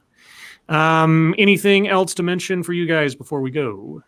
I'll be doing a monkey in the morning, of course, and probably game streaming tonight. Game streaming might switch back towards where I'm doing some during the day, too, because my internet time resets tomorrow. So, yay. Yay. Satsu? Nope. I got nothing to report. All right. Well, then, everyone, Monkey, Satsu, thank you for joining me as always. Mm-hmm. Mm-hmm.